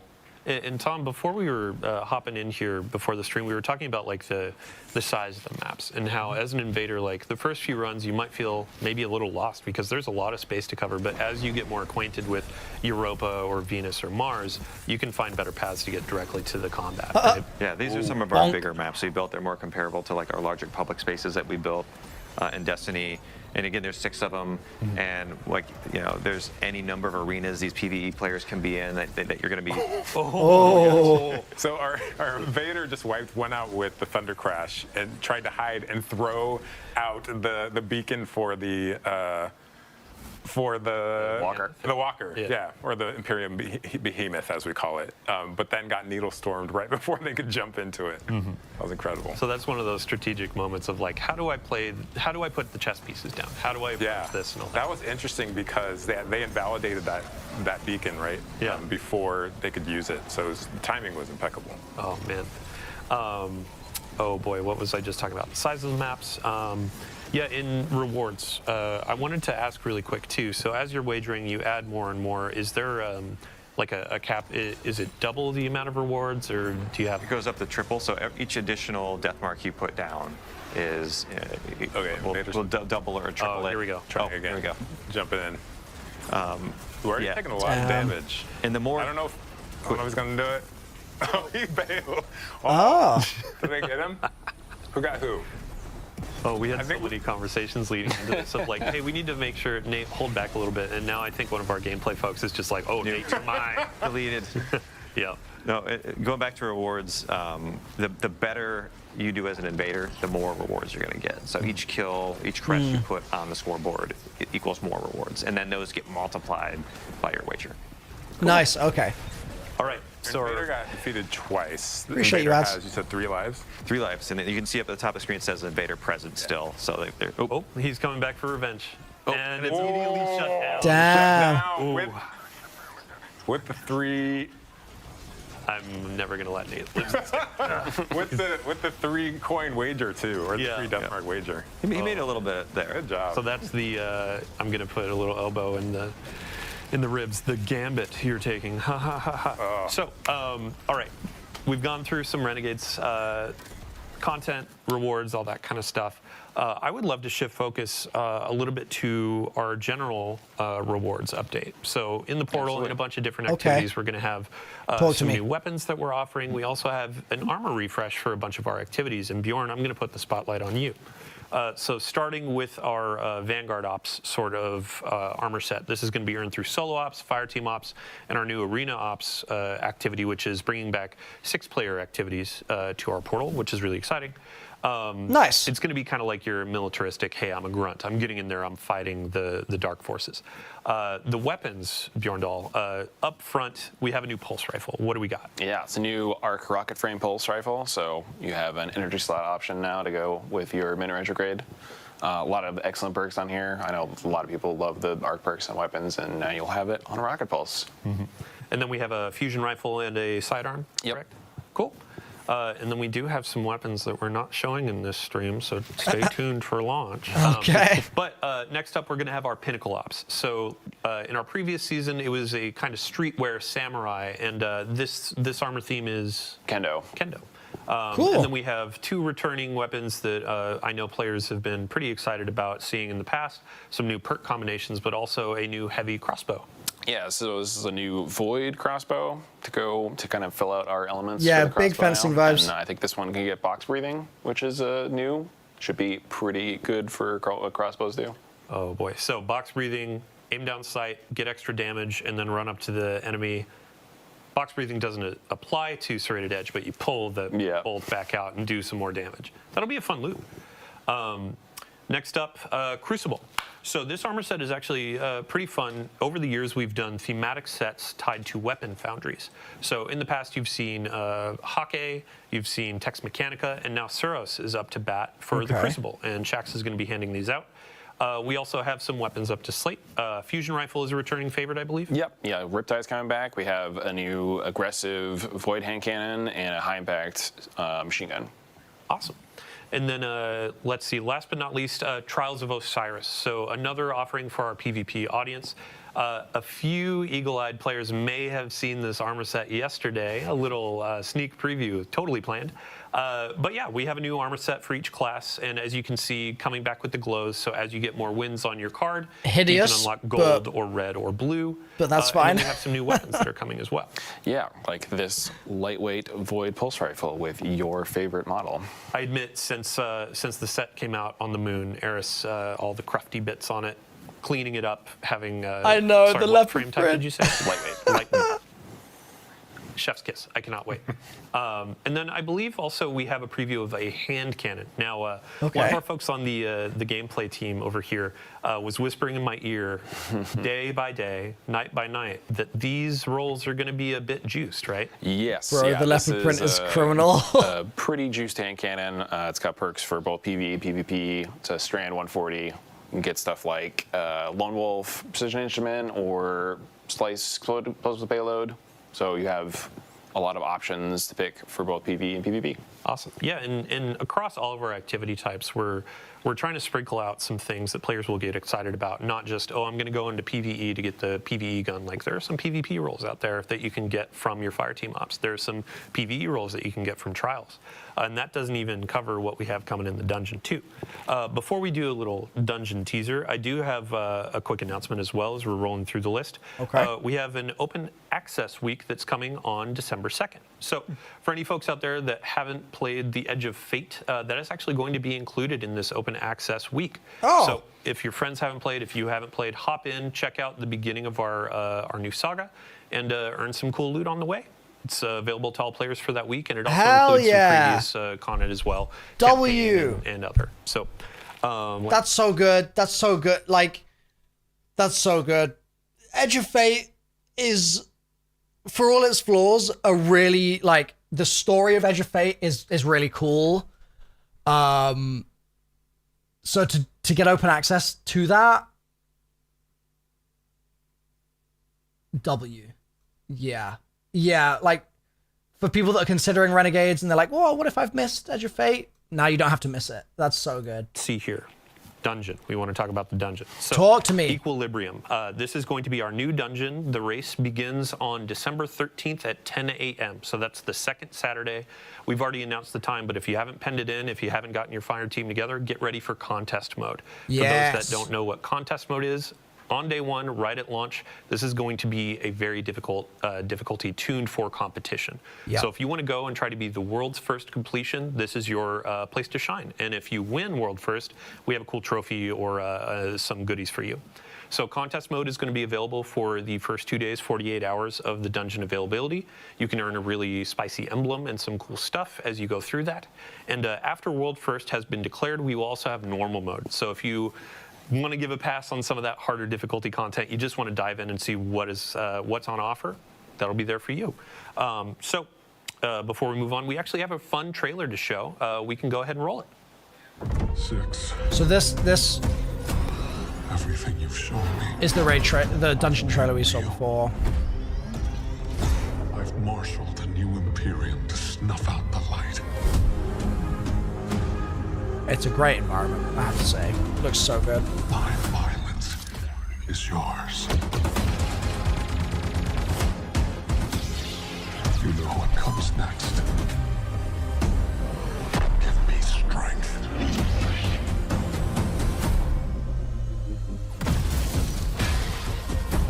Take everything I have. Hell yeah. Hell yeah. Welcome back. So watching that trailer, I just realized we actually missed something with Invasions. We were talking about the Praxic Blade and customization. Think of the Primads. There are different saber colors, correct? Yeah, there's a wide variety of classic colors that I think players are going to have fun chasing down throughout the end game and maybe even Invasion. Nice. Yeah. I mean, we showed it on the screen. Red, Invasions. Mm-hmm. Yeah. So, okay, moving right along, ending out our show, we're going to be covering what is going on through the end of the year. So during the launch window, we'll have some really cool things coming around. Vanguard orders are coming in week 2.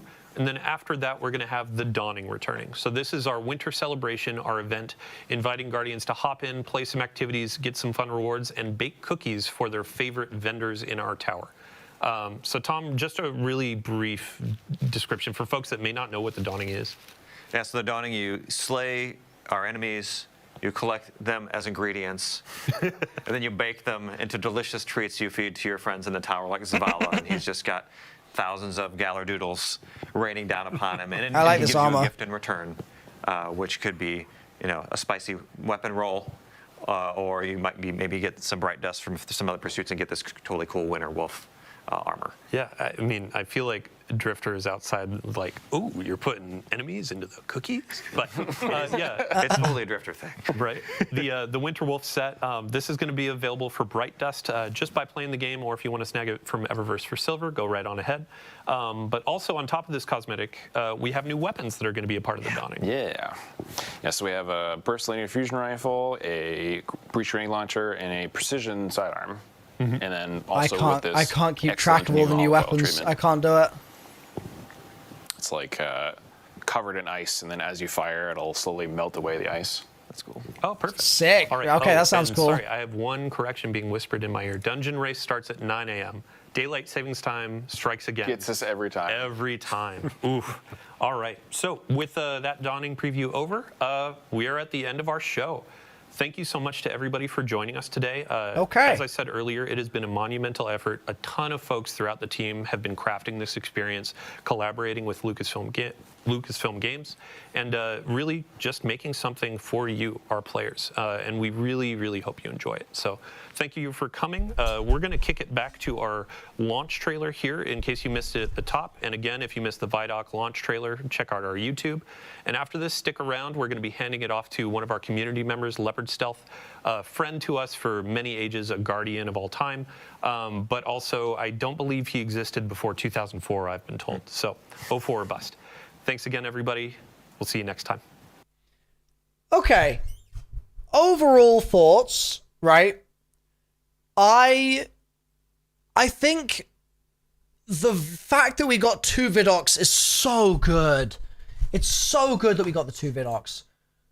It is pretty painful getting through the couch segments. And I'm just so glad those Vidocs are there, because if it was just the couch stuff, it would be so much harder for me to like be locked in and engaged. It's a combination of information overload with information that I'm not an attentive enough Destiny player or an experienced enough Destiny player to really understand some of the stuff that they're saying about the guns. Like when they're like, the pistol rolls are gonna be juiced because they're gonna have slice explosive payload or something. And I'm like, cool, I'm gonna ask Bog what to use. And then Bog's gonna tell me if that's good or not. Like, Mactix will give me some guidance, and Benny will give me some guidance, and Kakis will give me some guidance, and Gary and Ali, and through the family of friends that I have built over these last, like, 10 months of playing the game, Painter will give me some guidance, etc. Through that family of friends that I've built, I will have a bit more of an idea of what the hell I care about, what I'm looking at, but like, I can't begin to evaluate that right now. There's just so much in the game. But what I can evaluate is the way I was moved by the Vidocs, and it looks great, and I love the energy of those videos, and it's so nice, and this is something that I went into this really hopeful for. It's so nice to have like a Destiny asset come out in the Vidocs, and it's so nice to see that thing come out and to be really impressed by it. Like, in an age where Destiny is in a rough place, and there's a lot to be critical of and all of this stuff, it's so nice to be able to be like, I just watched a 2-minute and 30-second trailer and it was good, you know? Or I just watched a 16-minute Vidoc and it was good. And Salvatore's back in it and that made me happy. And just to be able to find those sorts of things and be like, yeah, hell yeah. That's so important. So very glad to see that. Even if I do feel a little bit information overload bombarded. That's probably a good thing because the information bombardment is probably what the core Destiny community also wants. So even though that doesn't really help me, there's a lot of people like the Kakises and the Mactics and the Scarrows of the world who do need all of that information, and they're going to help the rest of the community explain or understand what they're excited about, what they're not excited about, what's like been missing for a long time, etc. Like that's going to help translate for people like me that understand a bit less. So yeah, I think that overall that was a pretty good stream. That was a pretty good stream. I'm definitely more excited now than I was an hour ago before we watched this.